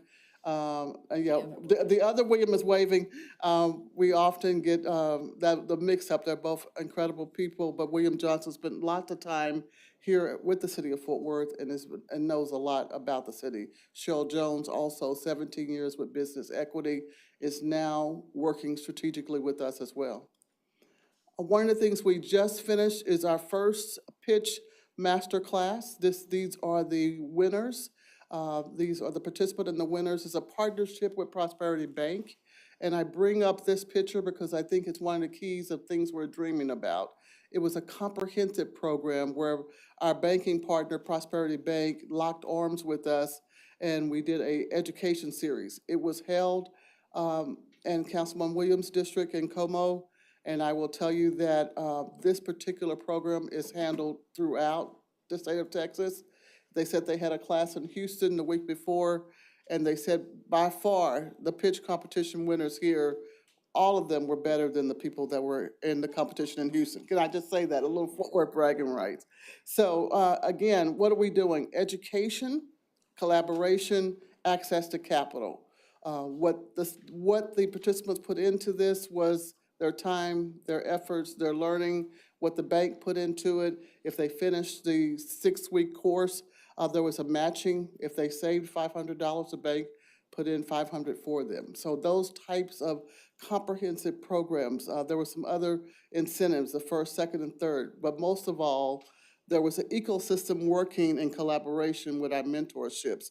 And the city of Fort Worth was one of those mentors. Actually, the person that won was mentored by a business specialist from Robert Stern's group with the city of Fort Worth. So those are the types of comprehensive programs that we think are moving the dial with our businesses, and we want to continue those as we look specifically at increasing the contracts here with the city of Fort Worth. What we do with the Business Assistance Centers is another example. We worked a lot with development. In this case, we had our developers, Canunico, who's developing on the east side. In addition to that, we have lots of partners. You'll see business equity team members. You'll see lots of individuals who are working together. We meet quarterly, so it's not just a chamber issue. We recognize we're connected to a bigger system, and together we will look at how do we move the dial with developments throughout the city. So that's exciting. This picture is just a picture of our State of the Chamber meeting. What I need you to know is that we're seeing historical growth with the chamber. We had 450 members 2 years ago. We now have 700 members. And so we are excited about that. We think that's the key to helping us move the numbers with the city of Fort Worth, because now our capacity is growing with more people who can do the work. And so just like the city is growing, we see those numbers happening with the chamber. So we're excited about that. Okay, so we're making an impact. I've mentioned some of these things. I'm just going to hit these really quickly because I really focus on what I think we can do better, more than what we've done. So what we're doing, obviously business development, mentorship's a big part of this. We track and counsel as part of our contract with the city, where we're counseling people consistently on certifications. We're counseling them on how to do business with the city, communication, outreach, lots of networking opportunities. We also have 10 banking partners now in the city, and with those banking partners like Bank of Texas, we just finished a financial empowerment series. We also work with Simmons Bank. I mentioned Prosperity. So many banks have said, we want to be a part of the access to capital. I also serve on the board of CDFI, which really is key for Fort Worth, and we're looking at how can we increase the capital that goes through, and the city is a big part of that. So again, it's all of it. It's the business equity team, it's the CDFIs, it's the chambers. It's pushing in a comprehensive way to move the dial. We'll continue education and training, and those are just some of the workshops. Being at the Business Assistance Center is such a wonderful avenue for us because we have our partners there, SBDC, SCORE. We have a wealth of CDFIs there, William Mann's there. We have True Fund in the area as well, People Fund. So we do have a lot of collaboration to help us move the dial. We're working with procurement assistance, and I want to tell you that to move the dial, we're doing some additional things. We've always had city opportunities in our newsletter. We've now tasked our Economic Development Director, William Johnson, with a comprehensive page. We're dedicating a whole page to the city of Fort Worth. So we just recently talked about the bonfire. How do you advertise? What do you do? How do you bid, what's changing. So we want to really push the education and the information to help increase those numbers with business in the city. Okay, economic development, we mentioned that as well. What I need you to know is historical growth. I mentioned the 450 to 700 members. We also won an award this year with the Texas Association of African American Chambers. There are 30 of them, and we won the Chamber of the Year for not only a membership, but our increase in sponsorship and partnerships. We have a 40% increase in partnership as well. Scholarships are a part of it. We're attacking this offense, defense. TCU is an awesome partner. They awarded 3 MBA Neely Business School scholarships this year.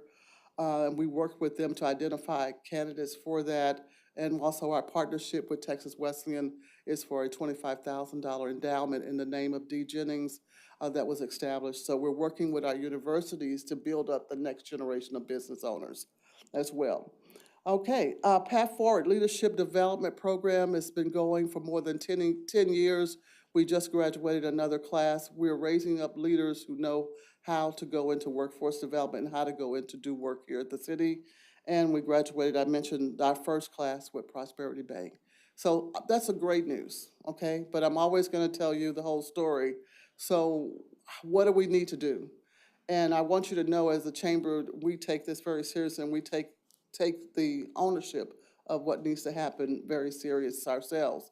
So we know that we need to increase our African-American businesses. Christina showed you the numbers in terms of the movement. We have some disparities there.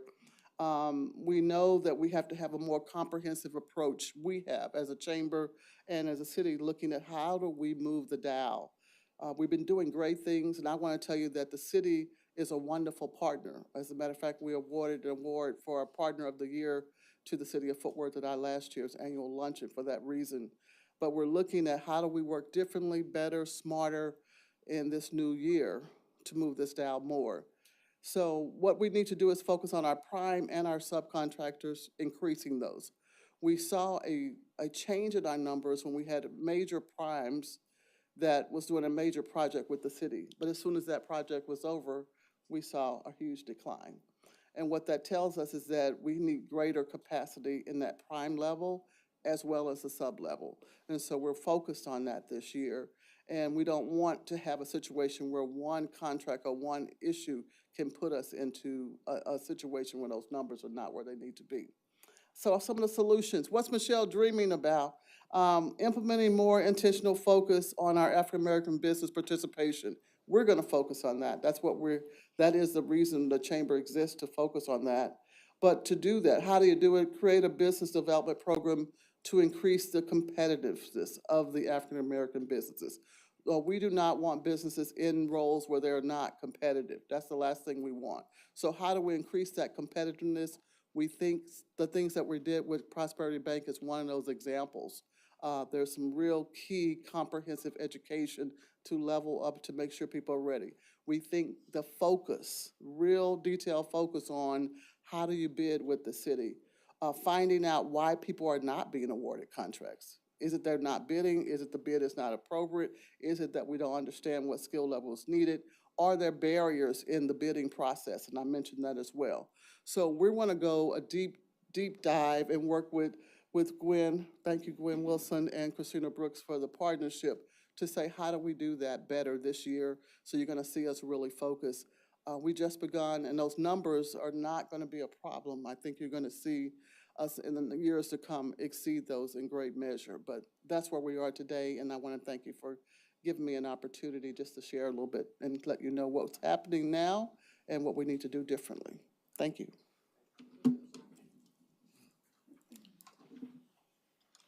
All right. So now we need to hear from our other extraordinary partner with the Fort Worth Hispanic Chamber of Commerce. And I don't think it's I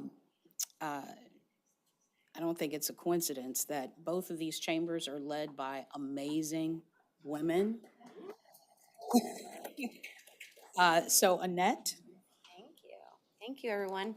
Hello, Mayor and Council. I appreciate the opportunity to address you today.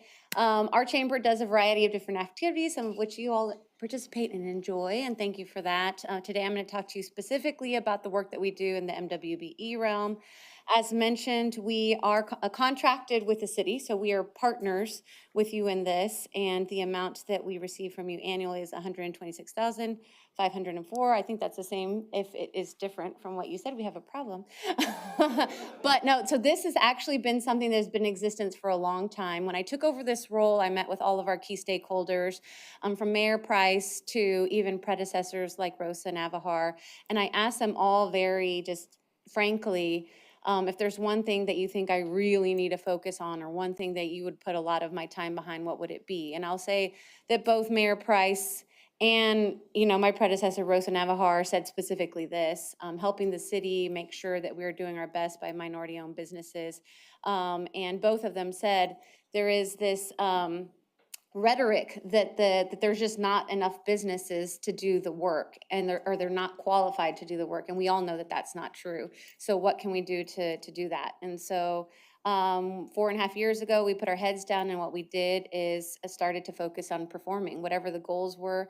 If we exceed them, we set the model for our businesses as well. So what we're contracted to do is hold business equity firm capacity building workshops. The goal is 12 a year, at least one a month. We delivered 17 in 2023. We are actually right now, as we speak, hosting one in the council chambers on Bonfire. It's bilingual. There's 34 business entities that signed up and that are either there remotely or in the council chambers, and 3 of my staff members are running that. So just, that in action, we're on both sides of the chambers here. We are also contracted to assist with non-certified firms becoming MWBE certified. To be clear, we are not a certifying agency. Margot Posey is an example of one, but there are others. And believe it or not, there are several certifications. So for a new business owner that's just trying to figure out how to navigate and take advantage of these opportunities, they need help identifying which certifications are right for them to access different opportunities. And quite frankly, they're really kind of challenging to get. So while we don't certify businesses, we help them prepare so that when they do submit their paperwork to Margot Posey's team, they will hopefully successfully make it through the gauntlet, or at least be able to be a little bit further along. We do also help them if they get rejected or if they're asked for additional information. We help them with that as well. If you're asking yourself, why is it so hard to get certified? It's actually really important for it to be hard to get certified. My previous career was with USDOT, and MWBE fraud is a really serious issue. Businesses that are not truly minority owned posing to be to access these opportunities. So it all makes sense that it be competitive and difficult for it to happen, but we need to help be navigators for the businesses that are already just trying to be able to get their paperwork in order to be able to get certified. So our goal was to help 6 firms get fully certified. We actually helped 13, but business counseling sessions is actually one that we do a lot of. And as you know, we are a membership organization. And we're really proud of the 850 members that we have. However, we help everyone, whether you're a member or not. Last year, with 1 staff member performed all of them, we performed 84 one-on-one business counseling sessions. And so those took a variety of shapes. They could be a business that's trying to get started. It could be the people that are trying to get certified. It could be the people that are, I'm certified, and now what? How do I submit a bid? We've actually done a lot of those recently. But 84 different businesses came to our office and sat down for one-on-one counseling sessions. And that's just 1 staff member. So we're really proud of that work that we've been able to do. Other things that we are really trying to focus on is improve that case management system so that we are able to follow up with them and make sure that whatever we visited with them and recommendations were provided, to hear back and see where they're performing. So hopefully we can give you guys an even broader picture of what that looks like. We have a bid opportunities newsletter, a newsletter that goes out once a week that includes all bid opportunities from all of our partners, the City of Fort Worth, DFW Airport, all the ISDs. I'll be honest with you, even Dallas County is really active in our bid newsletter as well, because they see that a lot of folks are actually taking advantage of that. And we do get feedback from businesses that say, hey, I got that bid, thanks so much for including that flyer. We're always really excited and slightly surprised because it's a newsletter, you never know who's gonna read it, but the fact that businesses are looking through it and taking advantage of the opportunities show that it's a worthwhile venture. Also, we have Build Fort Worth, our construction expo, which we're really proud to say hosted 135 exhibitors and over 700 attendees. It is the largest construction expo in Fort Worth. We are really proud of that. And now we have actually garnered the attention of other Texas-wide agencies to be here and be able to advertise the opportunities that they have for these minority-owned businesses. We also are really huge in advocacy and trying to grow on that. That's something that we're hopeful to continue to be more effective on, but there have been situations, on the state level that have required a lot of attention from our combined efforts of all of our organizations working together to make sure that we drive home the importance of MWBE programs and opportunities.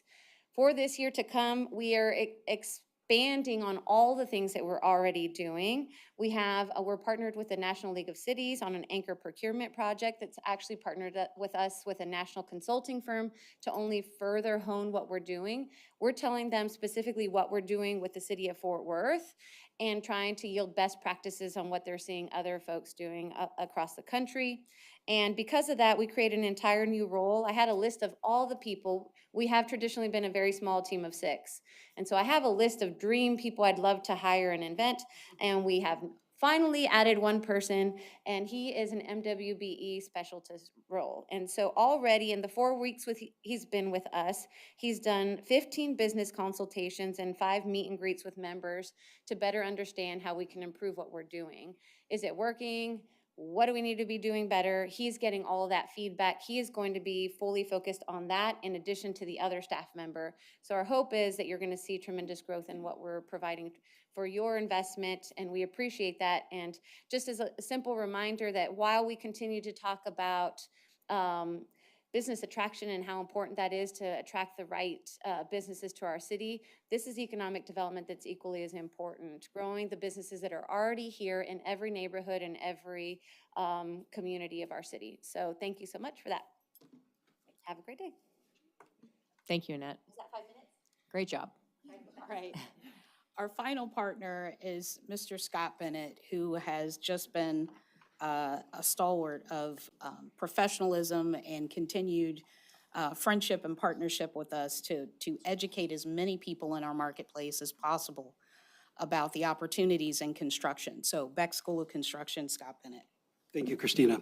Mayor Barker, City Council, City Manager's Office, thank you for having me here today. I'm really excited about this. Again, Scott Bennett with the Beck Group.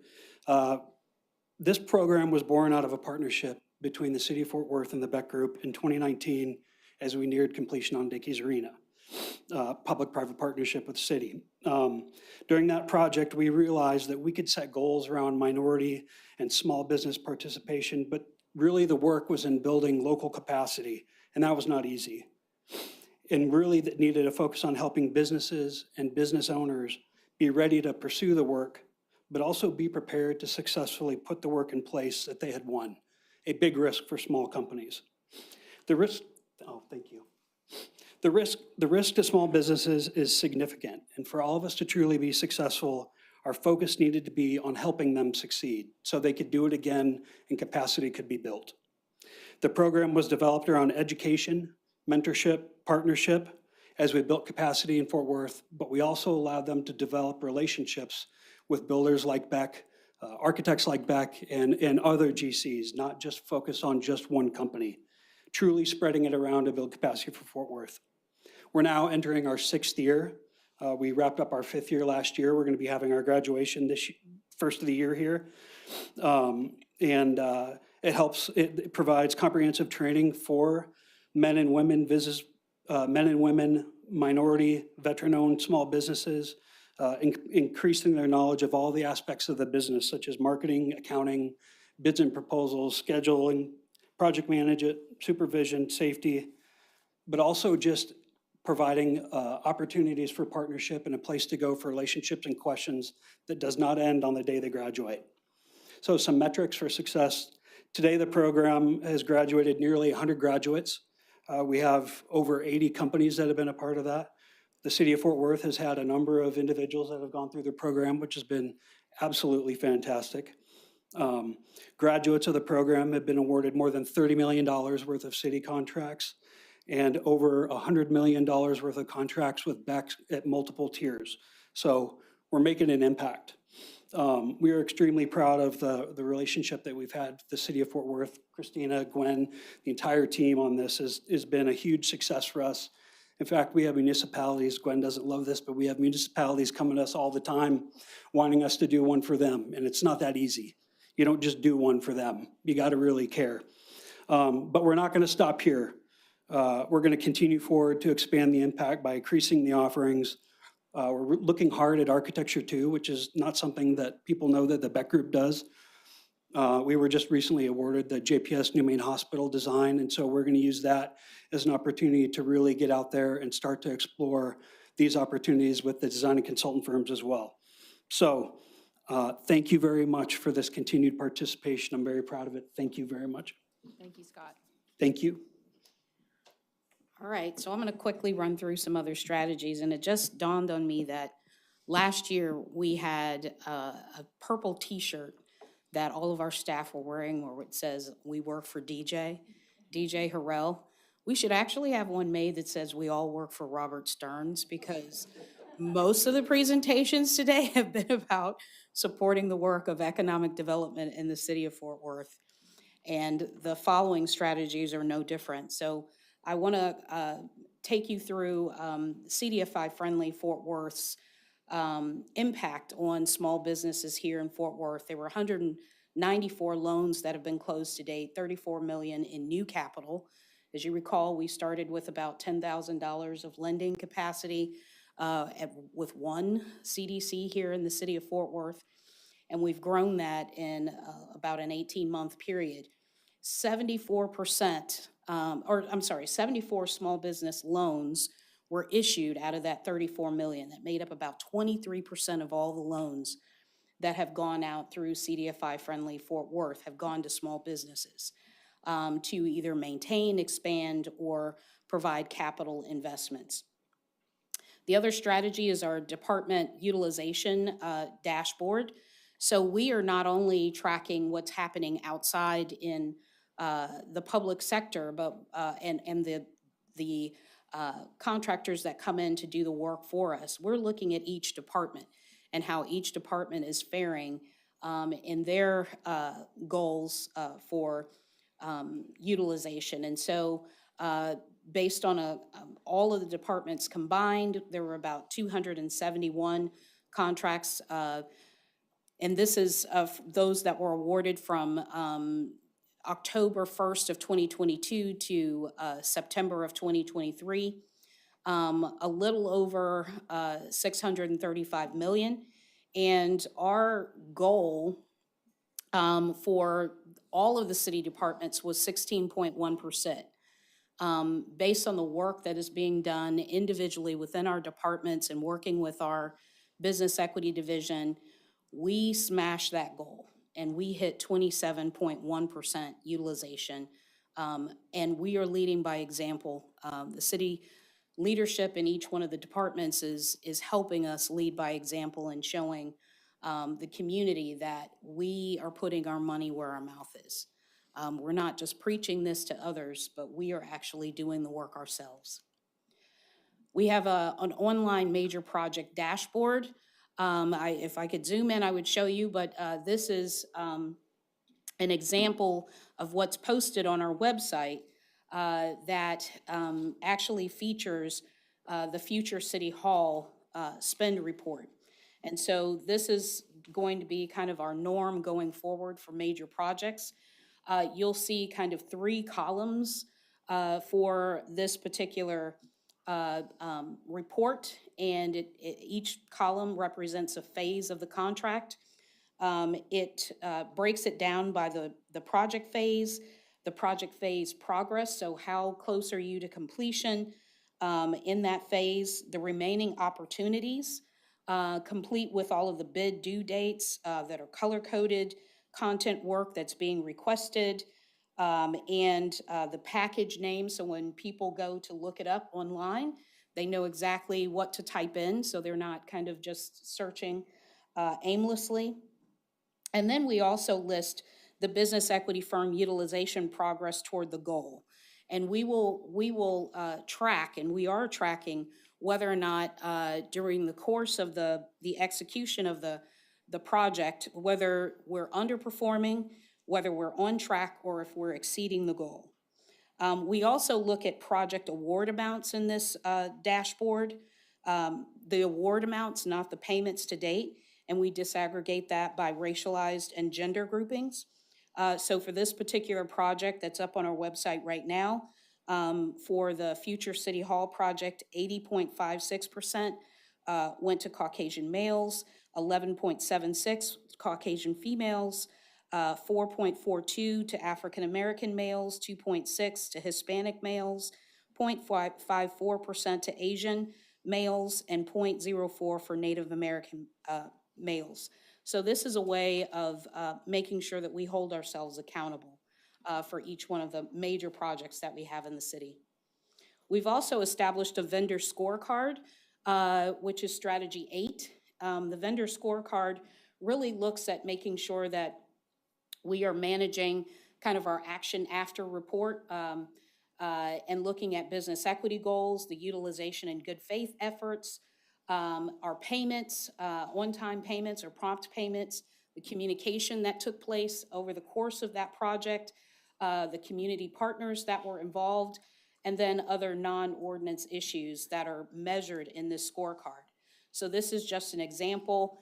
To the right, you'll see kind of the ratings, just like when you were in school, A through F. And A is 35 to 40, that's excellent. And then anything less than 20 is a fail.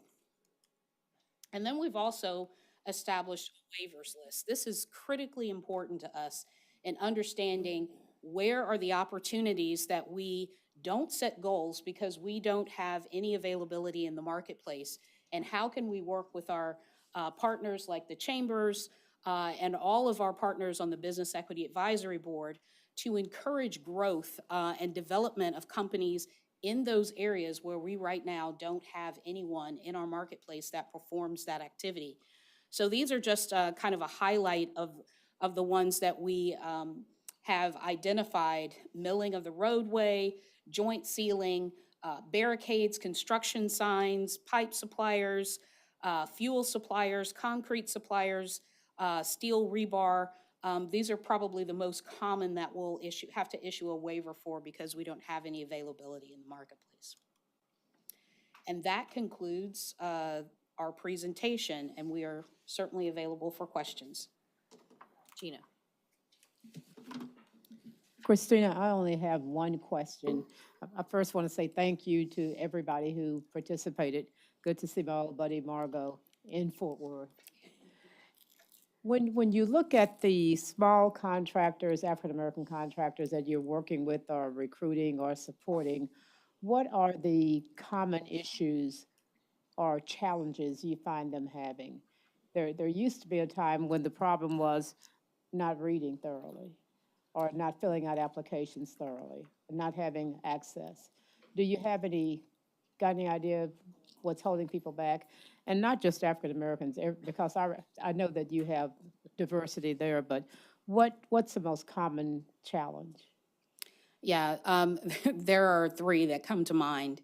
The first is really understanding, especially if they're new to doing business with a large organization.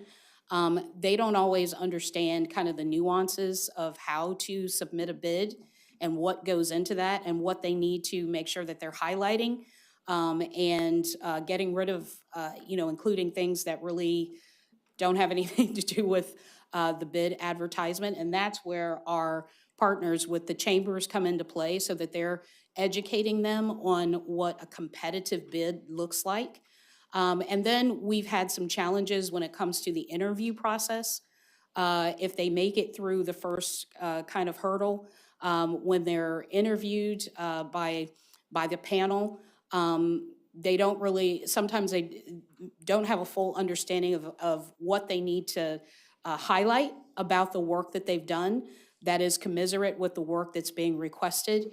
And they may have done excellent work, but they just don't mention it, right? Or it's sometimes really difficult for people that are not extrovert, or people that, you know, don't like to talk about all of the great things that they've done to walk into a space and be required to do that, right? And so making sure that we're coaching them on how to interview well, and then more importantly than interviewing is just having the data behind it to back it up.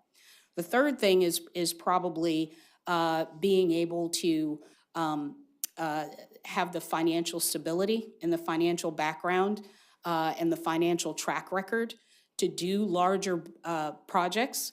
And part of that is building capacity with their bonding, because some of the larger contracts, if they are trying to go in as a prime, you have to have a certain level of bonding capacity. So if you haven't worked up to that, it's really difficult to say like, no, we just did this great job, but our bonding capacity is only $1 million. Well, this job is requiring, 20 million, right? And so making sure that they understand that they have to be consistent in the bonding companies and insurance companies that they're working with, so that they can help them build up to those larger projects that they may be in line to receive. Thank you. I want to commend the city manager. We're living in a day and time now where the word diversity, add to that inclusion, is not encouraged. And so I applaud city staff for sticking to the plan and doing the right thing to promote diversity, equity, and inclusion. Any other questions, council? I kind of got a question. Chris? I had it an hour ago. But Wonk wonk. It was towards the beginning of the slides.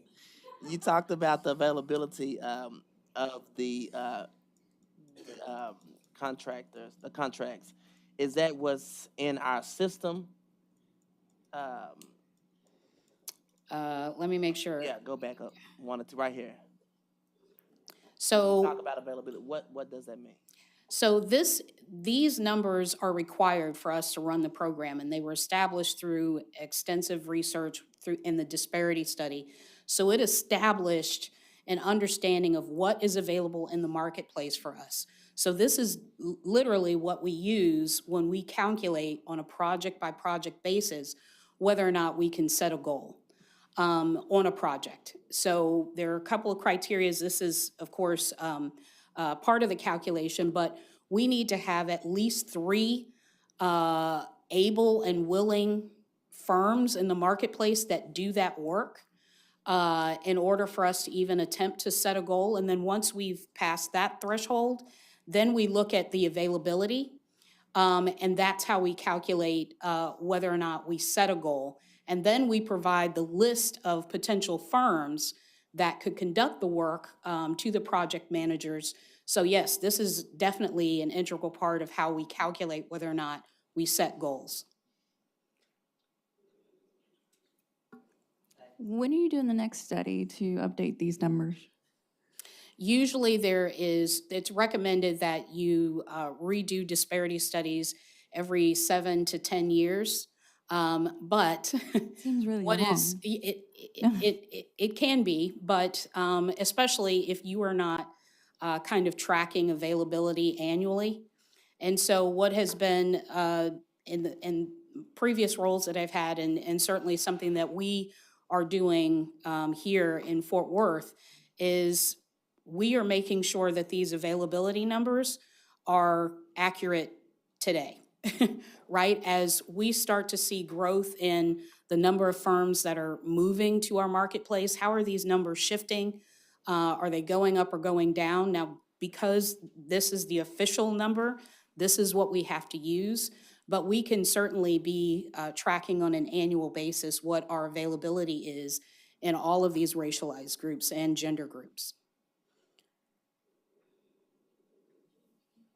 Anybody else? Jared? I think I have two questions, but just as context. First of all, thank y'all for everything that y'all do. This is certainly important work, and the city plays a huge role clearly with contracts of almost $500 million a year and creating significant community investment that then creates return on investment in the community. And so one thing that I think is important, especially as we go into our council retreat, is the importance of MBEs and our performance and how do we continue to build on the progress that we've made. And I know we've had a lot of conversation about availability, utilization, especially when it comes to primes versus subprimes. I'm personally really interested in seeing how we can really be even more aggressive on that. You know, you showed a slide for ethnic gender participation of contracts between fiscal year 2022 and 23. I was really concerned with African American dropping significantly, $15 million. But even when you look at $5.4 million out of nearly $500 million worth of investment, that's very disparate when we talk about data outcomes. So the data and the need is certainly there for us as a body to make continued investment. The second thing that I think comes to mind is, and this is a question, how much have we invested? And I think Annette maybe said $126,000 as a chamber. Has that chamber. Per chamber, has that been the same investment for how long? How long have we? Oh, gosh. That's been the number for the 4 years that I've been here. The whole time. And so I know they're doing great work, and I personally want to advocate, given the how disparate the numbers are, that we probably need to double down on what's working between our partnership with the chambers and consider that in the next budget cycle, reevaluating that. We're in the middle of an affordability crisis, and the city certainly can help in a number of ways, and this council has been committed to doing that. And especially when we have $500 million on the table that we're investing in contracts, that's an economic development engine if I've ever seen one. And so we really need to think about how we double down on it. Our chambers have been great friends and great partners. And I would like to see us prioritize that in the next workshop, next budget cycle, and see what we can do about that. Any other questions? Jeanette, do you have one? No, sorry, just moved your hands. Okay. Christina, thanks for putting this together. I appreciate it. Maybe a note along the lines of what Jared just mentioned. I thought that the way Annette compiled the updates on information and successes at the Hispanic Chamber was really helpful and easy to digest, and maybe creating that standard for our friends in the Metropolitan Black Chamber as well as our city staff, because I think if we don't measure it, we don't know if it's working or not. And then furthermore, maybe tracking those. And Annette's team probably could do that as to these individual companies that they've worked with to qualify, how those companies are actually translating to specifically city contracts or other contracts across the community. Yes. In the future. It probably could be an IR. It doesn't have to be, you don't have to do this again necessarily right now, but I just mean, I think that format is helpful. Thank you. Yes. Okay, that's it. Keep going. Council, we have one more presentation. Mark McDaniel is, sorry, two. Oh yeah, we have to end with the unaudited general fund performance. So you might want coffee, that's all I'm saying. But Mark McDaniel is gonna update us on good natured and our open space initiatives. Mark, you're up. Thank you, Mayor. Blessed Deputy City Manager. So I want to ask Brent to come on up. Brent Brown is with BC Workshop. He's also been working on this initiative with the Mayor's Office, and I work pretty closely on this initiative since we've begun. It was a pleasure meeting with all of you on the council to talk a little bit more about this initiative and explain kind of what we're up to, but a little bit more information today. So first question we always get is, what is green space? So think of green space as being the umbrella, if you will, over all of the items like parks, whether that's a large park or a small park. It could be the urban canopy and medians. could be passive open space, trails, so all things green. And so we've been looking at all things green, and myself spending a lot of time developing an inventory of what we have in all these areas as a beginning point or starting point for then tracking on how we're doing going forward. Why do we need all this? Well, the council is extremely familiar with the fact that we're growing, right? And so the projection is that 270,000 people more in the next 24 years. And so as we continue to grow, it's important that we protect our water quality, that we enhance flood protection, and then we also promote physical and mental health through connecting back with the natural environment. And so that is really the tenets of this program. I'm going to turn it over to Brent now to talk about the next 2 or 3 slides about some of the comparisons that are being drawn through the Trust for Public Lands. So Brent? Thanks, Mark. Good afternoon. Brent Brown, Strategic Advisor to Good Natured Green Space Initiative. Mayor, Council, City Manager, thanks for allowing me to be with you today. First off, Trust for Public Land, national organization, publishes a park score every year. Its methodology has criticisms. It's not perfect, but every city gets measured by it, right? Probably the only city that likes it is the #1 city, right? Number 2 is really upset by the point margin that they're not #1. Your city ranks, it's the top 100 city based on population. Your city ranks 88th. I think what you can take away from that is we're in the top 100, but we've got some ways to go to improve. All right? This particular slide taken shows you dollars spent per resident of the city. And so what you can see is a mixture. The green to dark green to orange shows different sources, with the lightest green, brightest green being that from the primary city agency or the municipal government, right? So your allocation annually. Other cities may provide less funding than you do annually, but they make that up often through other mechanisms. Houston is a real prime example. Through other agencies and through private philanthropy, they exceed you, even though their annual allocation from City Hall is less than you. So for that to take away. Let's see. Here, for park scores for cities greater than 500K, so that would be less than the top 100. This is just comparing you specifically within Texas, within the categories that they use for rankings. The brighter the green to the darker the green, the better. The more closer to orange or red, not so great, right? And so what I hope you're seeing from this is that they are considering things beyond just, size of parks or how many acres or how much money spent, but also critically access. Access often is measured by a 10-minute walk. So this is not just big, giant parks, right? These are the small neighborhood parks that often make the biggest difference for most of the families that live in our cities. So this moves away from Trust for Public Lands information specifically to your comp plan. This was from the 22 plan when we looked at this. And what you'll notice, I think, most significantly is, in blue here shows an area of undeveloped land within the entirety of your city. The allocation in green is basically current parks or open space, and then the gray is current development. If you look to the column to the right, what you're seeing with the question mark in that light gray is that undeveloped land that you are quite plentiful with. You're a very unique city in this country in that you are just over half built out. Most cities are looking to try to understand how to take infrastructure and turn into parks or green space, right? How do you take an old harbor or a dock, or how do you take sumps or some infrastructure related to flood control and make it a park? Here you have the opportunity to create open space and parks out of raw land, which is very, very unusual and a very strategic opportunity for your economic development in your city. So there's a couple of strategies that we have in mind to not only enhance our existing park system, but also acquire more park land. As you've heard in the Mayor's State of the City address, there's a goal of 10,000 acres in 5 years.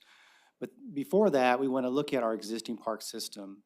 And the first step here would be an aspirational study. So on your 23rd agenda, you'll have an action item to approve commissioning an aspirational study. I'll lead that effort along with parks and others that'll be involved. And that will inform then the second item there, that's the Parks, Recreation, and Open Space Master Plan that has already been launched in terms of public input phase.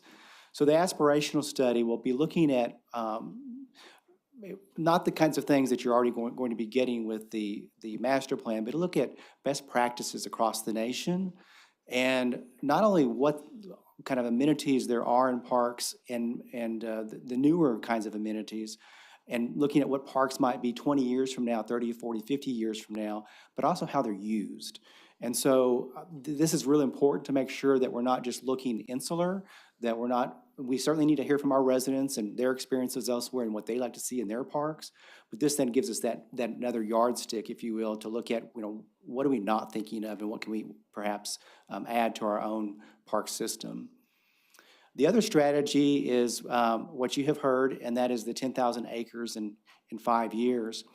And so the first step that we have here, beyond just trying to get the inventory straight, which is we're working on now, is to build a strategic framework, and that'll include purpose, goals, definitions, the partnerships that we have that are already existing in others, strategies for funding, so making recommendations about how do we fund this effort, and a 3-year action plan. So that will be the second effort in that regard. And it's not going to be a situation where the city is just actually going out and purchasing 10,000 acres. It's a stacked strategy. So that's part of it, but it's also what is TRWD doing, and how are we working with the Corps of Engineers and the state in terms of their New Century Fund, and then also regulatory requirements on the use of land, or maybe a conservation easement that might be there for a tax benefit for a landowner, and talking to some of our economic development prospects that are coming to town and partnering with them on how we can do better in terms of preserving our open space. And how will we do it? These are the 3 primary partners: us, TRWD, and a new 501c3 conservancy. Currently, we have set up a donor-advised fund at the North Texas partnership, so that we can begin to collect those monies, the Communities Foundation. And then we also have various existing partners. So the message here is we're not going to do away with all the great things that have been done to date. We're going to build on that foundation. So Streams and Valleys and Britt and other partners will continue to work with us as we partner going forward. So I'm going to ask Brent to talk a little bit about the 501c3 idea, and this idea about leveraging public dollars with private dollars, and 3 examples.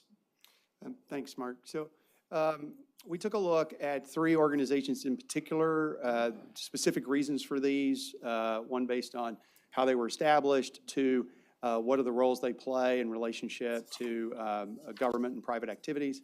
All 3 are public-private partnerships in some form. And then 3rd, also scale, geography, and duration of time, that kind of thinking. We'll start on the left. In North Carolina, the Triangle Land Conservancy, which is just almost it's about 40 years old. It was begun out of, they had 1 parcel. It was birthed out of the local council of government to establish something that would partner with a variety of cities and et cetera, to go and help to acquire through easement or direct acquisition, open space, in the management of their growth as it was happening. They've had significant success. Their 2018 strategic plan to 2025 had the goal of 25,000 acres. They're about 24,000 acres now. 1/3 of that is under easements. 1/3 of that is under other municipal partner ownership of sorts. And then they own 1/3 of that. So that's their mix that has worked really well. If you move to the West Coast, one of the longest standing conservancy public-private relationship is in Golden Gate Park. This was born out of the federal government in the early 70s with significant federal lands that became available, Marin County and other things. But if you look at the way that they work today, and especially over the last 20 years, the operations and sort of some of the initial catalyst, let's say, funding may come from the federal government or a federal or a governmental funding stream. But the majority of all of the capital improvements that occur in their projects is coming through public-private or private sector partnerships, right? Which helps to leverage that. regional kind of capacity as they're being very successful. Coming to Texas, though, and I think it's very important to always make sure we're looking as close as possible, given our state here.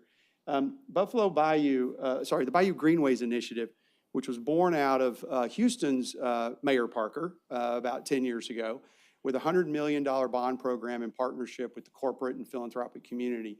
That bond fund was matched with $120 million of private philanthropy to help build. Now they're just over 100 miles. They're working on 150 miles of trails throughout the bayous, as well as pocket park improvements all throughout that to connect the entire city. I want to make a note with this. I think it's very comparable in that there is a partnership between what is the city, what is called the Houston Parks Board, which is a 501c3 nonprofit. It's not a city board. It's a nonprofit, even though it sounds like a municipal board. And the Harris County Flood Control District. So similar here with your partnerships that you have with TRWD, where they created a local government corporation. Through that, they took action to place a citywide TERS, Houston uses TERS, based on economic development impact in a way that would help to garner millions of dollars over the next 25, 35 years to help maintain the assets based upon the economic value that was generated as a result of the $250 million investment. So they were really thinking long-term, and I think we should take from that as an example that the good-natured initiative is not a 5-year initiative. It's a 25-year initiative to really help steward the city and how it will be prospering 50 years from now. In the same way the Kessler Plan 100 years ago began the process of creating a park system, you're working to further that really for the next century. So, so just a quick sort of graph that shows you, this is at the top is Triangle in North Carolina, Houston in the middle, and Golden Gate here on the bottom, looking at kind of primary activities, private lead in red, public lead in blue, joint work in purple. Interesting, Triangle does not do any capital improvements. They are purely just a land transaction, acquisition, easement holder, organization, but they do a lot of planning and things like that. In the case of Houston, what you find is that Houston Parks Board is actually doing the capital improvements in partnership with the public entities, and they're hands-on in the middle of it, building the work. So the question is, what's the right fit for Fort Worth? And that's what we look forward to continue to explore and talking about. It's not any one of these in particular. It's just how can we be inspired by the success that's happening in other places, especially those that have had economic growth and population growth and things like that. So to sort of close out from looking at those, one of the things that we see across all of these and other successful public-private endeavors, specifically around parks, open space, land conservation, is a compelling vision. It's the big idea.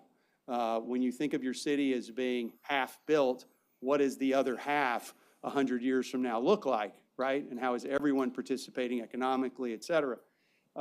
There's a great opportunity here. Public-private leadership, which obviously here we know is exhibited in Fort Worth strongly.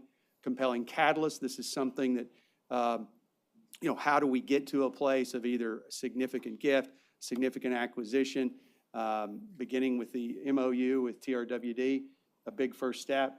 The ability to monetize the economic value of green space. This is something that is in the forefront of cities everywhere, not just post-pandemic. The reality that parks and open space create value through quality of life, health, but also just direct real estate value. We're seeing it everywhere. And so how, and I believe that parks and open space now and conservation are becoming kind of the new golf courses. They're becoming the new roadways and highways of American cities that not only attract people, but build that economic value that helps to foster growth in your city as well. And then lastly is how do you maintain leadership stability over time? Because this is not a 2 or 3 year project. It takes a long time, and you've got to build the capacity and consistency to do it. So just the next slide is just a snapshot about how this definitely fits into the overall strategic vision priorities of the council and supporting all of the items, the 3 items, the priorities, economic development and so forth, as quality of life. And then just a last slide is what's next. So on January 23rd, The park system aspirational study will be on your agenda for consideration. We'll have the framework out the first quarter of '24 so that we can share with you in more detail about the strategies and our goals and milestones. And then I'll be working on development of budget proposals for the next go-around of budgeting to see what might be included to further this initiative. And then we want to complete that aspirational study in summer of 2024 so that it can inform the master plan for parks, which is to be completed in winter of 2025. And with that, Mayor, we'll be taking any questions. Thank you. Questions from council? Macy and then Jared. Okay, I just have a couple questions. First, the aspirational study that'll come before council. Do we know how much that study will be and who's the firm? Yes, the cost is $300,000 and the firm is HR&A.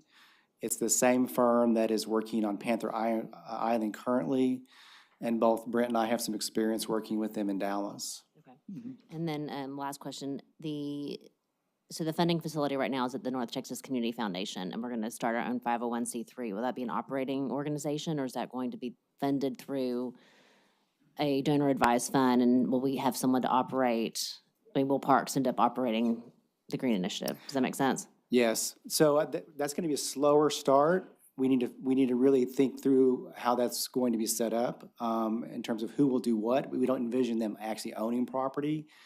And I think the idea would be, 1 to 2 years before the separate nonprofit might be set up. In the meantime, we're using the donor advised fund to be collecting the private contributions. Jared? Thank y'all for the presentation. I'm really excited about this project, and I was really interested in how the city of Houston funded the Bayou Greenways. How are we thinking about leveraging city dollars to match what's, I'm sure, going to happen on the private side as well?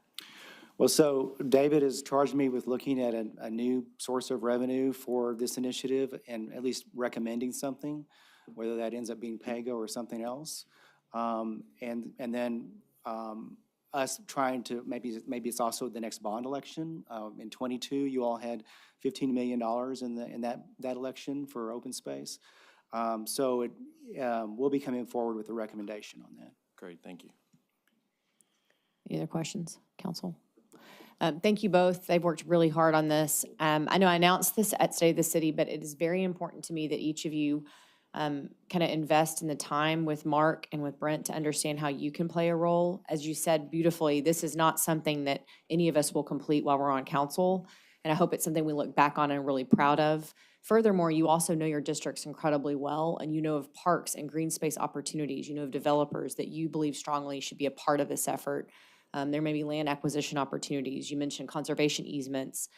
So think about those opportunities as well. And then the aspirational study that Mark will lead with the Parks Department is a unique opportunity for us to really enhance the Parks Department and give them the resources that they need from a management standpoint before we go into this implementation of an open space plan, which I think is really key to a new Parks and Rec plan to really make sure you're implementing something that doesn't sit on the shelf. So kudos to Mark and Brent to really help us go through that process. And lastly, I think, Macy, I raised some good questions about what good natured should ultimately be. I think we're open to those options. It was very important to me, having founded a nonprofit, that you don't found something that doesn't need to exist. And then we have other organizations across the city of Fort Worth and Tarrant County that are already doing good work. So there'll be a series of opportunities. Maybe some of you have constituents or personal interest in doing this work as well. And then lastly, because we talked about Houston, as a reminder, the Houston Parks Board is a private organization. That we have that history in Fort Worth. That's no longer the case. But just trust that each of you around this table will get an opportunity to really inform what we think is best moving forward for the city of Fort Worth, and working with Mark to do that. So this is just the beginning, and I hope today kind of got you excited. And now you get to bother both of them on your ideas moving forward. And that can also be text or notes. You don't feel like you have to have an hour meeting. It's just funneling things to them that you want to see in the Good Natured Initiative. If you read some of the population demographic projections for North Texas or for Tarrant County, it will scare you, in my opinion, about how fast we're growing. And I feel so strongly that if we don't do this, we will ruin the city that we love today. because having a city that is half developed without a real plan moving forward can be quite frightening, and you can't let the private sector make all the decisions. We've been very lucky that we've had some large developers and large landowners be excellent stewards, but we can't be complacent. So maybe charge you with that, and I can send you articles to scare you if you haven't read them already about where we're headed in North Texas from a population standpoint. But I'm choosing to maybe channel some of that fear into good energy and to create good nature. So thank you very much for entertaining these gentlemen today. 2 bow ties in a row. Look at that. I think good vibes, yeah. Thank you. Okay, David Cook is up, and he's going to talk to us about money. 2023 fiscal close, and I think Reggie Zeno is also going to join him. Ready, set, go. So we're going to go from talking about the next 10, 20, 50 years to talking about last year. All right? So Reggie and I show up at this point in time each year, and we tell you a little bit about how we closed out the prior fiscal year.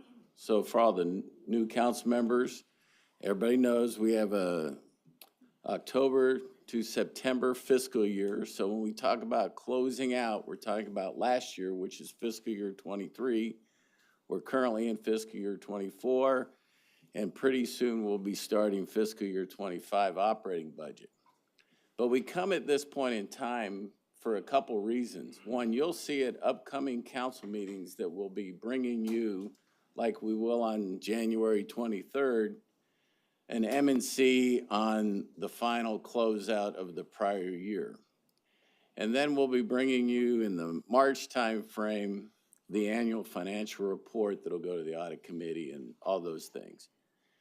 But when we come at this point in time, it's Reggie and my goal to be able to tell you that we collected more money last year than we estimated, right? You always want to come in with more money than you had budgeted. We also want to be able to tell you that we spent less money last year than we budgeted. So we want to come in to be able to tell you that we collected more revenue, we spent less than what was in the budget, and that's going to enable us to increase the fund balance for the city year over year because we have a goal to increase the fund balance.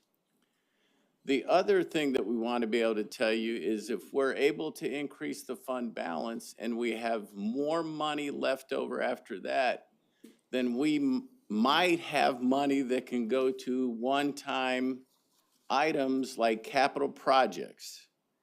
And we're about to bring you a list of capital projects in the next couple of months that are going to require more money than when we estimated those projects, whether it was the 18. This is more about the fiscal reporting side because now we have already spent the money, we've collected the revenue. This is looking in the rearview mirror. So we're looking at how we did last year. The other part of this process that's important is we're trying to learn from what we did last year so it can inform us of how we can make better projections in the future. That's the modeling and forecasting, and then how we can improve in the budget process as well. You've seen this slide before. This has been updated for fiscal year 23. What we're recommending on this slide is that we would be able to increase the fund balance from 21%. That's what we hit last year. We're going to recommend that we go to 21.5%. It's important that the trajectory is going in the right direction. The goal is ultimately 25%, or essentially 3 months of operating expenses on a fiscal year basis. But that's a policy decision for the city council. We could decide that we want to go with a higher number on the fund balance, but I think with the capital project needs that we have that will be coming to you, that the 21.5% will be sufficient. Let me take a minute on this slide, and I'm going to take you to the revenue line. So for fiscal year '23, when you look at the amended budget, we had revenues estimated to come in at $936 million roughly. We're going to bring in revenue from last year at $989. Now, I got to give you two caveats on that number. That $989 includes $16 million from the sale of the downtown library. So that's a one-time revenue source that won't occur in the next fiscal year. So that's a one-time revenue. So in some ways, we would take that number out because that's not going to reoccur.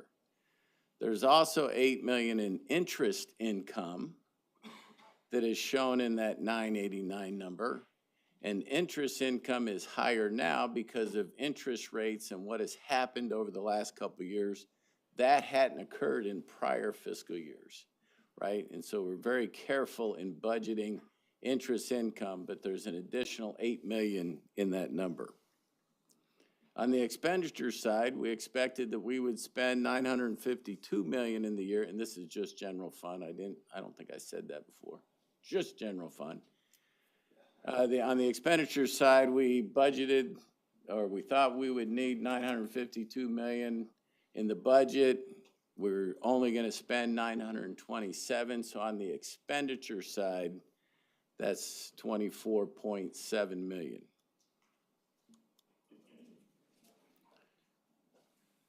Point out a couple numbers here. The current, or if you looked at last year's fund balance at 21%, that was $192 million. To get to 21.5% in the current year's budget, you take the 24 budgeted expenditures, you take the 21.5%, and that would say that the fund balance would need to be 217, under $218 million. Does that make sense? So that's our target, and then we're going to back out the other numbers.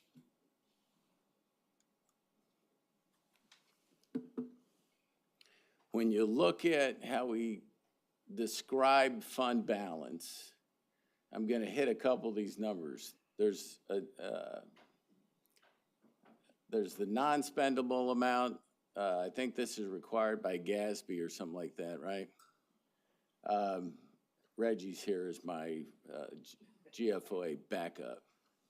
I'm going to talk about previously committed funds and the additionally committed, and what we're going to work to is that 54 million, which I'm going to recommend is available for capital projects, for one-time capital projects moving forward. If you look at money that's already been committed, for a period of time, the state gave us more sales tax reimbursement that we were entitled to. And this occurred back in the, I want to say, early 2000s or something like that, 2000 timeframe. And there's a repayment agreement back to the state. This is what we still owe the state for the sales tax overpayments that they gave us, right? So we commit part of our fund balance to paying that back over time. We also have contracts that cross fiscal years. So we might have had a contract in the prior fiscal year that got encumbered in the budget, but the contract didn't end, and it continues into the next fiscal year. That's called a rollover. So we have contracts that continue beyond a fiscal year. Those are the rollovers, so they're also committed in the budget. And then last year, we committed to using part of the money that we identified for the Juneteenth Museum. Does everybody remember that? We set aside money for Juneteenth Museum. We set aside $5 million for the Science and History Museum, and we set money aside for other capital projects. But we're just pointing out that those commitments are still there. The money hasn't been spent for that purpose yet. So this takes us to the $54 million. The first number that you see there is from the library sale, the central library sale. And so what we're identifying is that recommendation would be to keep that set aside for future library projects. Council could decide that we can use it for any capital project, but for right now, we're just saying we're setting that aside for other library capital projects.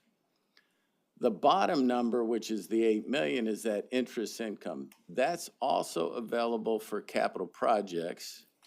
And then the 30 million is what was produced out of the revenues coming in higher than expected, expenditures coming in less than expected, and that's really what we're using from the prior fiscal year for capital projects that are gonna come before you.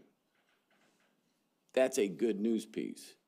So what we're sharing with you is we think we can increase the fund balance by 0.5% from 21 to 21.5.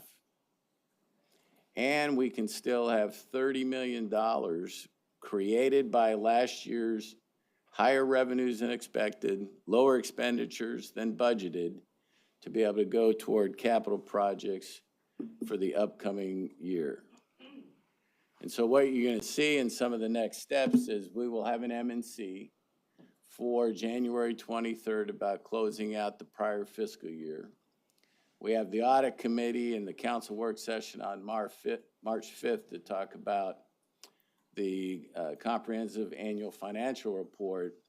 And then we'll be bringing to council at an upcoming work session how we stand on capital projects from 2018 and 2022, both from a scope, budget, and schedule standpoint, because we have a number of capital projects that are going to need more funding for all those reasons that we've talked about, read about before, whether it's inflation, supply chain, or some of those, or schedule.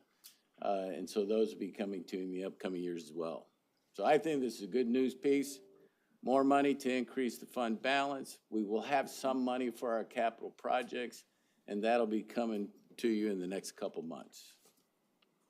Questions? Questions for David, council? Yeah, so the capital projects that you're talking about, you already have those listed.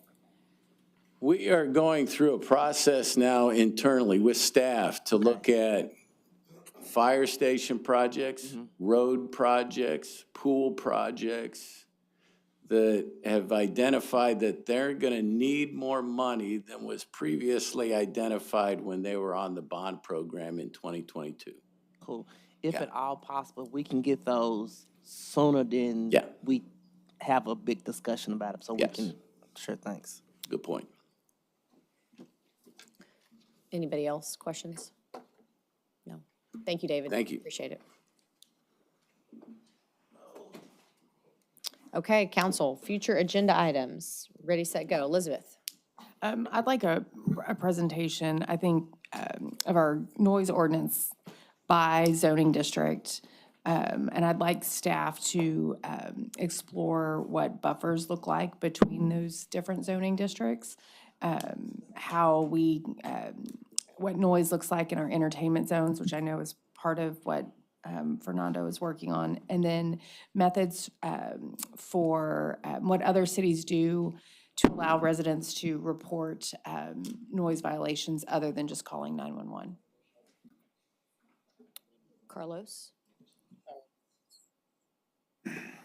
Request that development staff look at ways to incentivize developers to plan, create dog parks as part of multifamily developments, encourage those developers and operators to, to adopt pets through their residents in that sense. So this may additively help out, with your initiative, Mayor, with a good-natured initiative.